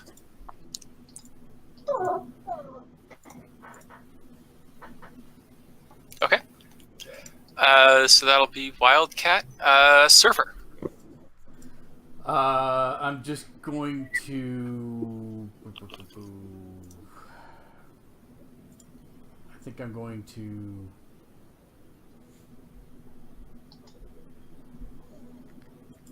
We'll just do a. Is there any power you want to try out? No, because most of them don't work. So let's just do a straight cosmic blast to Wildcat, try and put her out of our misery once and for all. So that's going to be 1d20 plus 10. Okay. 1d20 plus 10. Which is probably not enough to hit her. So let's see. Wildcat is right there. You're shooting, so her dodge DC is a 22. So, yeah. She's able to dodge out of the way of your attack. Yep. Okay. After Surfer is Grizzly. Grizzly's going to hop up to the top of the crates and attempt to get the smack on Surfer. Actually, no. He's gonna keep attacking Cadus because I'm pretty sure Surfer's pretty high up on the ground, pretty high flying up there. Grizzly can't quite reach you. Sucks to be Cadus. Right.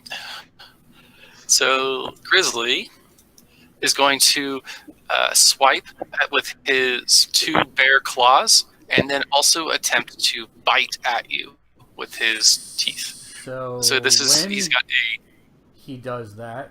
Suddenly, Surfer pushes Cadus out of the way and takes the hit for him instead. So you're looking at interpose? Yep.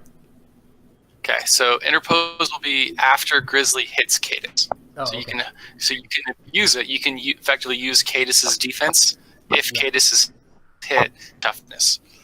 Okay. So he's going to attempt to hit you with both bear claws and his teeth. This is going to be a multi-attack. So he's going to first roll to see if he can hit you. Multi-attack versus a single target. So he's going to roll 1d20 plus DC 24. plus 7 to see if he can hit you. Fail. DC 24, he is going to miss. All 3 of those multi-attacks are rolled into that same attack roll, so that just becomes fluff at that point. So that's Grizzly, that's Wildcat. Aeon. All right. I'm going to do since I'm now powered up, I'm going to go over here. But before I get to there, I'm going to punch Grizzly in the face. Okay. And so now, so it's an unarmed attack, which is plus 8 and a DC of 27. Okay, so roll your plus 8 to see if you can beat Grizzly's parry DC. So I got 23. Okay, you hit him. All right. So I need a roll to see how much damage you do. What was your damage DC? 27. Okay, so he's going to roll his toughness of 14 versus your DC of 27. Ouch. Forget what happens on a nat 1 on a toughness roll.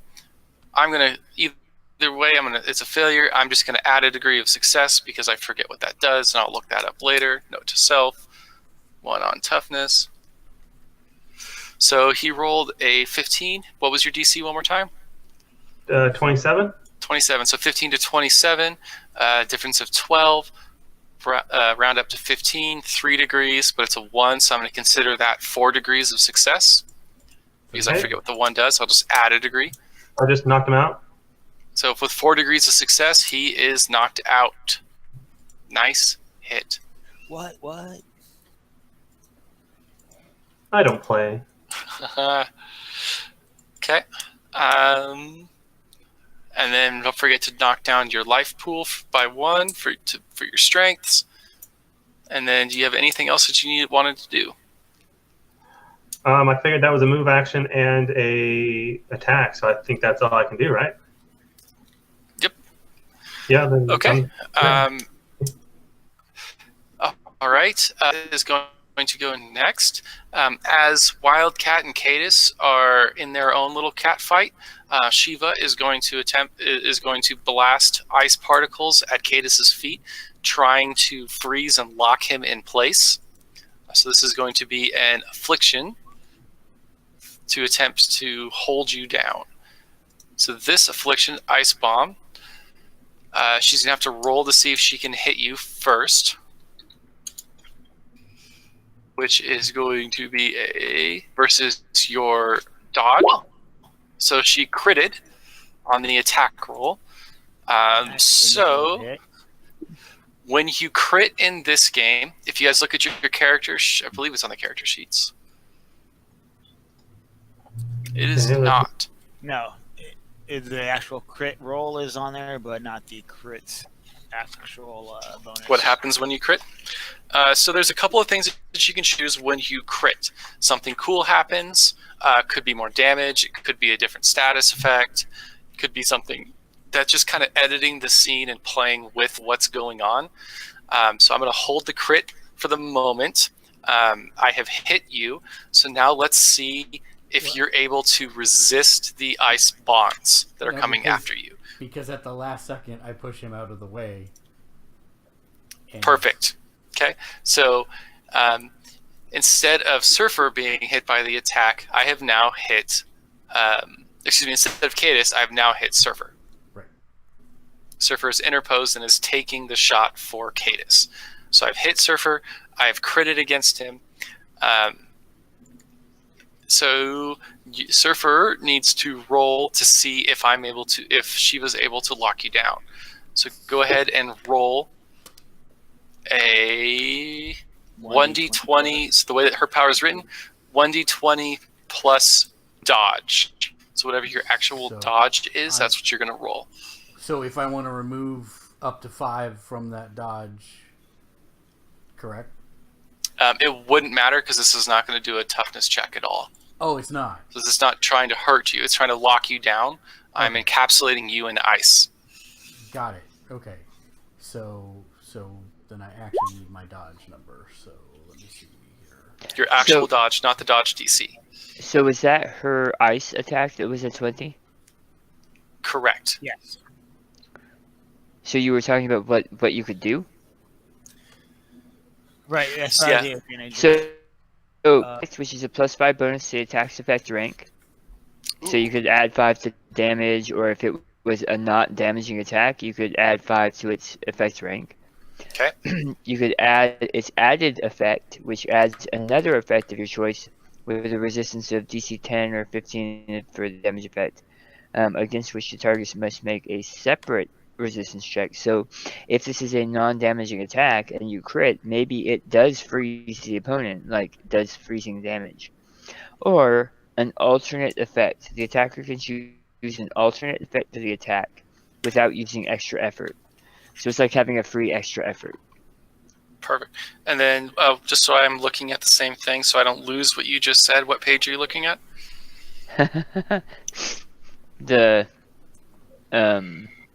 I want to. May have just. I just see the it. GM screen. The DM screen. Page Fine. Page DM screen. So I think it's on that page right there. There it goes. Okay. So the added effect. You're Okay. frozen and So, suffocating. well, in this case, So how I'm gonna roll her crit, as I haven't looked at. So you marked. I'm glad you haven't made your roll yet. So Surfer came in to try to break Cadus out of the attack. He is able to get in there and push Cadus out of the way, but he's just slightly too slow. So there is some remnant of ice bonds that are slowing and trying to hold Cadus down. So Cadus will suffer the added effect 1d20 plus your dodge versus a DC of 10. You should probably beat that one. Don't roll a 1. Yeah, got a 16. So this is. Dodge. Was this your? Okay, works for me. So you were able to get out of the way of the second added effect. Surfer, though, you're taking the full brunt, so you need to roll 1d20 plus your dodge to see if you can get out of the way of those icicles that are creeping up along trying to hold you down. No. Okay, so DC was 20, you rolled an 11, difference of 9, 2 degrees of success. For her ice bonds, 2 degrees of success is immobile and defenseless. That means that you are no movement speed, and then your defenses are 0. Anybody can auto hit you in combat, or if they want to roll against you and they hit a defense of 0 plus 10 DC, then it's an automatic crit as well. So you are locked down and you are easy to hit as you jumped in the way from Cadus's attack. How does one get out of something like this? So at the end of your turn, you do your standard actions or whatever. So there's no penalty you can still do your actions, you just can't move. So you can still do your ray. Okay. You just can't move right now. And then at the end of your turn, you will make that same check again. 1d20 plus your dodge of now 0 to beat a DC of 20. That's actually pretty crappy. I didn't realize that worked that way. Huh. Crap happens. Roll a nat 20 to get out of it. Yeah, that's pretty much all that's going to happen. I'm going with Ray's option. We're going to blow up the ship. Alrighty. I'll just pick up the ship and take it. How about that? You could do that too. Okay, so that was Shiva. So remember I was saying earlier in the night of how it is very easy to break this game and this rule system? I just accidentally broke the game. So note to self, fix that. So I would argue that if you could give me a reason why you would use a different defense to get out of whatever situation, you could use a different. So it may be freezing your dodge, but maybe you're putting your body against it, and maybe you roll toughness instead. Or strength. You're right. That's fair. Yeah, I don't want to use strength. I don't know. I wasn't looking at your sheet to see what your strength was, but it's 0. It's 0. Yeah, you probably don't want to use strength. No, I don't want to use strength. Okay, so Shiva locked. So Shiva has locked the surfer down. So we will go to. I think that I'm going to hand wave to say that taking any damage or any damage to the ice that's encapsulating you, which I'm going to just say is anybody else can spend a standard action to get you out of it as they try to pick you out of the ice, blow up the ice that's holding you down. So any damage to the ice or damage to you will break you out. You heard him. To him. Any damage to the surfer will break the surfer out. Nice. Okay, so after Shiva's down, Cadus, go blow up the surfer.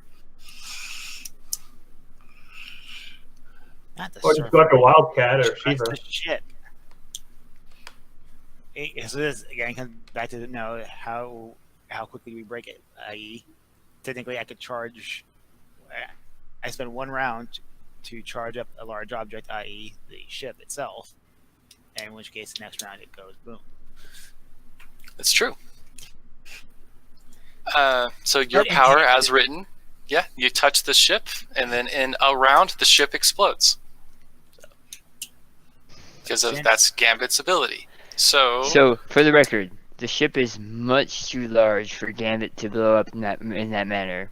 It would be a large portion of it, like the entire area you're standing on, but even Gambit from the 90s television show Wasn't that powerful? Yes. So, only 20, 30 feet of the ship would blow up. right. So Ray, what that means is that I'm going to tweak your character sheet a little bit. I'm going to add a quirk that the your large object cannot exceed a certain size. Probably be the effect rank and mass. It just says large object. It just says large object. Then I so Is size larger thing? Yeah. So I mean, for every other gaming system, it is 9 squares. Okay. That works. Your size medium, so like a car, a large truck. That makes sense. Yep. So there's a lot of GM hand waving that has to happen to make this game work sometimes. Which is true sometimes, and that's the way every superhero system I've seen, to include champions, which is very crunchy but super fun. It requires a lot of hand waving too. Hence why I kind of brought that up, just because it's on there. So I'm on the moon. I touched the moon. And the moon goes bye-bye next round. Thanos thought he was badass because he could like break apart a moon and like send it. I can detonate the entire moon itself and a planet, etc. But yeah, so to get this going on, I will. And then for the sake of time, just to add in as well, for the sake of time, I'm going to consider this the final round of combat. Sure. And since it's still engaged with melee and Wildcat decides she wants to get all frisky, I'm essentially going to slap her down one more time, just as a show of force. With a snap strike and a DC 19. That even hits. Okay. Wildcat's parry DC is higher than that. So you have missed Wildcat. Do you minus all your stuff down? So the bruises only affect toughness rolls. I thought the -1 penalty is worth everything. I thought it was everything because she'd be slower too, right? It's everything. Because she's already. According to the character sheet that you gave us, it's everything. Look at that. The DM's trying to kill us already. Was it? Wait. But it was. How did you damaged her by 1 degree? So she had 2 degrees. Look it up to make sure we're doing it the right way. She is staggered, stunned, and dazed. So with -2 penalty.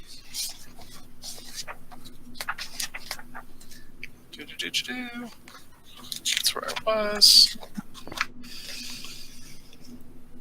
Dazed and hindered. I mean, don't get me wrong. It's probably still. She probably still dodges. I'm just. Yeah, it's just toughness checks. Yeah. Okay. So with a 3 degree, -1 penalty to further checks against damage. With a 2 degree, -1 circumstance penalty, additional checks against damage. So just so you guys know, there's very few status effects that will affect everything. Okay. Impaired is one of the only ones that affects everything, and that's a -2 penalty on all checks. Gotcha. Yep. No, I just want to make sure that we're all tracking. So. Yep. This when you're damaging them, it lowers their toughness, which makes it harder for them to succeed at those toughness checks. So the question here is: do we have a tax of? I forget if we had a tax of opportunity, in M2. I don't believe so. All right. Okay. It's a backup. So next round, throw some marbles at you. All right. That's all I got.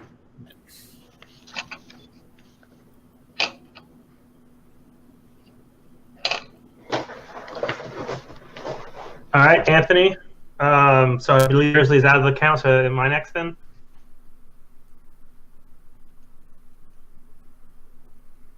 No. No. Anthony, you are muted. I wasn't sure who's next. Sorry, I didn't realize I was muted. So after Cadis comes Wildcat, then Surfer, Grizzly, Aeon. So, Way yeah. off. So Wildcat is dazed and staggered. So she's dazed is a single standard action, and staggered is remind myself Half of those. speed. Half speed or maybe one category. Okay. Or ranking. Well, she's going to see that Surfer is encased in ice, and she will take advantage of the opportunity and swipe at the locked down person next to her. So she's going to attempt to hit Hugh, hit the Surfer. Surfer is in ice, so she could auto hit, but she is going to elect to actually roll to see if she can beat a DC of 10. Her claws are a plus 14 to hit. So I don't get this. I auto miss. I still don't get this. I get that I'm locked down. Why do I not get a parry exactly? Because you can't move. You can't move, so you can't dodge out of the way of an attack. See, this doesn't make sense. So you're Then parrying. how am I able to attack on my turn, but I can't use my hands to So deflect it's like something? you can use. So you can't move, but that doesn't mean you can't summon power into your hand and have it come out of your hand. That doesn't mean you can't hit with a mental blast Okay. or a perception thing. Sure, you're not going to be able to draw a sword and swing because you can't move. But So what is he? so he is currently immobile and defenseless. Immobile and defenseless. Ooh. So parry and dodge would be considered active defenses, Correct. which is what he's talking about. Okay. So Immobile. let's say you hit with that. I know you missed, but let's say you did hit. Do I at least get my toughness against it? Yes. Okay. So Did if you I hit- had hit, go ahead. You can still shrug off the damage. Right. Go ahead, Yeah. Anthony. Yeah, you're still encased in armor, and her claws are still only so powerful. So even if you can't move, she still has to scratch through all of that toughness to be able to hurt you. Got it. Granted, because you can't move, she can put her claws in the perfect spot that would have been a critical hit if she had actually hit. Got it. Go for the one. The old, For one. So she slipped on ice or what? Surfer, as she went to sing, the Surfer's eyes went and looked at her, and it freaked her out, and she went off balance, imagining the Superman and Justice League, or probably a terrible example considering we're Marvel. Well, Yeah. let's put it that she actually struck the ice and She Not- hit the yeah. ice itself. and now you're free. And now I'm free. Yes, That sounds sure, good. works for me. All right, Surfer, you are now free from ice. Great. It is now your turn. I fly 2 squares up and then do my cone attack to everything below me. Meaning Right. down there. Cadis, Wildcat, Shiva, and Aeon. Nope. Cadis is not there. Unless I'm not on the ship back there. On the air. Okay, so you're gonna hit. TK. Go for Wildcat, Shiva. Wildcat, Shiva, and Grizzly. Grizzly's already knocked out. I don't care. Well, we can go. Okay. So let's see. Your cone attack. Yeah, I have to see if it's gonna work. It probably won't. It was a so toss up between this and turning 1,600 pounds worth of the deck into super glue and watching everyone fall through and be stuck to stuff. I wasn't sure which, but this one has a higher chance of actually working. It has So I the like this 50% chance. Yeah, 50% versus 25. All right, so first I just roll a d20 to see if it works. So Okay, so because your power is unreliable, right. you're going to roll 1d20. On a 1 through 10, the power fizzles. Okay, so 17, the power is not going to fizzle. You can use it this turn. Yep. So and now there's I have to no roll attack. for my two. I have to roll with my 2 peeps to see if they get out of the way. Your 3 So pe- oh, right, Wildcat Yeah. is a to her. It's DC 25. This is dodge. Okay, so plus dodge. Ties go to the attacker, so you'll have 1 degree of success against her, or you'll succeed against her. Yeah. And Shiva, her dodge is 11. She is going to dodge out of the way of the beam coming down. Wildcat is going to be hit. Oh no. So your cone is a DC 25. So she's going to roll 1d20 plus her toughness minus the 2 bruises that she's gotten so far. So she got a 13. 13 to your 25 is a difference of 12. So 3 degrees of success. She's already got a 3 degree effect, so it's going to jump down to a 4 degree effect. And she is incapacitated. Which means that she's... You've taken out the Wildcat. Yay. Okay. Anything else, Surfer?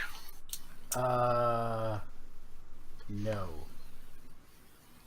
Okay. Grizzly's out. Aeon. Oh, so how did that damage? How did damage work against him since he wasn't able to dodge out of the way? Does that murder him? Is it What do you mean? coup de grace? He was in my cone effect. There is no Who's he? actual death in Masterminds. You're just incapacitated. He's talking about Grizzly. Grizzly. Got it. I missed that part. Yes. So Dan pending comic book. Nobody ever really dies. So Even in the MCU, unless it's a plot death, they don't really die. Okay. So unless So, you specifically say I'm murdering that fool, it's assumed that the damage washes over him. Okay. He succeeds at his toughness check. Got it. Sorry. Thank you. okay.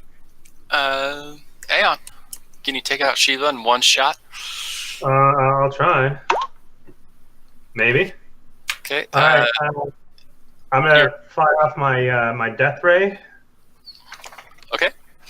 and the DC on that is 25. The attack. So her dodge DC is a 21. So you have hit her. So now I need to check my weaken. So it's a fortitude, right? Yes. Okay. So her fortitude is 11. So I got a 13. What was your DC? DC was a 25. So 13 to 25 is a difference of 12. Dan, quick rule on there. Her stamina is a 1. So it will go down 1 and not go down below 0. So she should be fine. Well, not fine, but you get my point. Actually, no. It can. So she was at 1. It's going to be 12 power points, so it's going to go down by 6. 6. So her stamina is at a -5. So she should be a lot easier to hurt. Actually, that drops her toughness down really low too, so that means her toughness is going to be even harder. It's going to be harder for her to make those toughness rolls, exactly. And fortitude rolls. So both of them. Oh, I'm sorry. You said the damage ray, not the weaken ray, correct? Yes, but if you want to do those, if you already did the calculated the absorb thing, I can just not know how to do my power jet and ended up doing that one anyway. Okay, so I've put them back. I want to make sure you know how to do your thing. Well, that's why I was doing the death ray. But that weekend looked like it worked pretty damn good. The weekend worked pretty damn good, but for the sake of you knowing how your death ray works, so that is a touch attack. So you moved in, you touched it. Yep. Alternate resistance was fortitude, so she rolled her fortitude right there. Yep. It's DC 25, so 13 to 25 is 12, so that will be 3 degrees of Success. success. That's how you want to call it, So with 8 degrees, she is going to be staggered and take a bruise. And there you go. There's your death ray. After that is Shiva.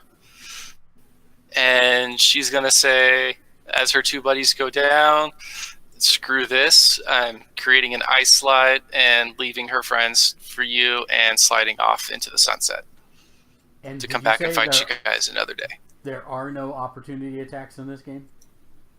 That is correct. Okay. Dang it. And she's off into the sunset in true comic book style. And so we gained, This isn't the end. we gained 5 levels from this, 5 power levels from this combat? gained That's up to Dan. Point 0.000005 power points for this combat. And not that I think we deserve PowerPoint for this, but say we got 5, would that be like a standard adventure for that day, or how's that work? I'm gonna have to figure that out. I don't know. It's been a long time since I ran this, and in the past, we just didn't level up. Honestly, yeah. Sometimes that's the easiest because it starts getting pretty crazy pretty quick. Yep. But I'll figure out a good system for us to go to. Awesome. Do you guys have any questions? I think I should remake my character to make them immobile and defenseless. Yeah, That's pretty bad. That's way better than my character. Just nullified my entire character concept in one shot. Well, you rolled really crappy. And No, it's a she stock critted. power. That was just a crit. That's all it was. She had a crit. That's crazy. Yeah, that's a pretty awesome ability for a crit. 1 second. I think you're muted, Mark. Give me that's kind of right back. Give me cool. half a second. I'm not muted. That's kind of like I- because he put this game Oh. because you can get knocked out real quick. Mark, I have my tablet sitting next to me on the couch, and I'm seeing And your you're mouse looking move, at that. and Nice. That's fantastic. That's hilarious. because it's like Yeah. a minute behind. Right. Yeah. That's awesome. Okay. Thank you very much, Anthony, for covering that. I really appreciate it. So, what I would like this to be is I would like this to be a role-playing game. MCU movies tend to be action-oriented, story-oriented, and so there will be combat. There will be times where you have to use your powers creatively to think through a problem. Combat isn't the only way to go about stuff, so I'm kind of expecting you guys to be creative. Because we're trying to tell a story. We're trying to build the MCU in our image, like in how we want it to move forward. Especially since we're adding in all of this content that hasn't been in the MCU yet. So I would really like to see that. Next week we will be starting at 7 or 7:30 if my tech doesn't work. But we should be good to go. We should have all of the players, I think, next week. And I have Mutants and Masterminds up on my Roll20, and I'm already putting the character sheets together, so you guys will actually have digital character sheets in the system that you'll be able to roll attacks from. So that part, I haven't tried them yet, but that part, they should work that way.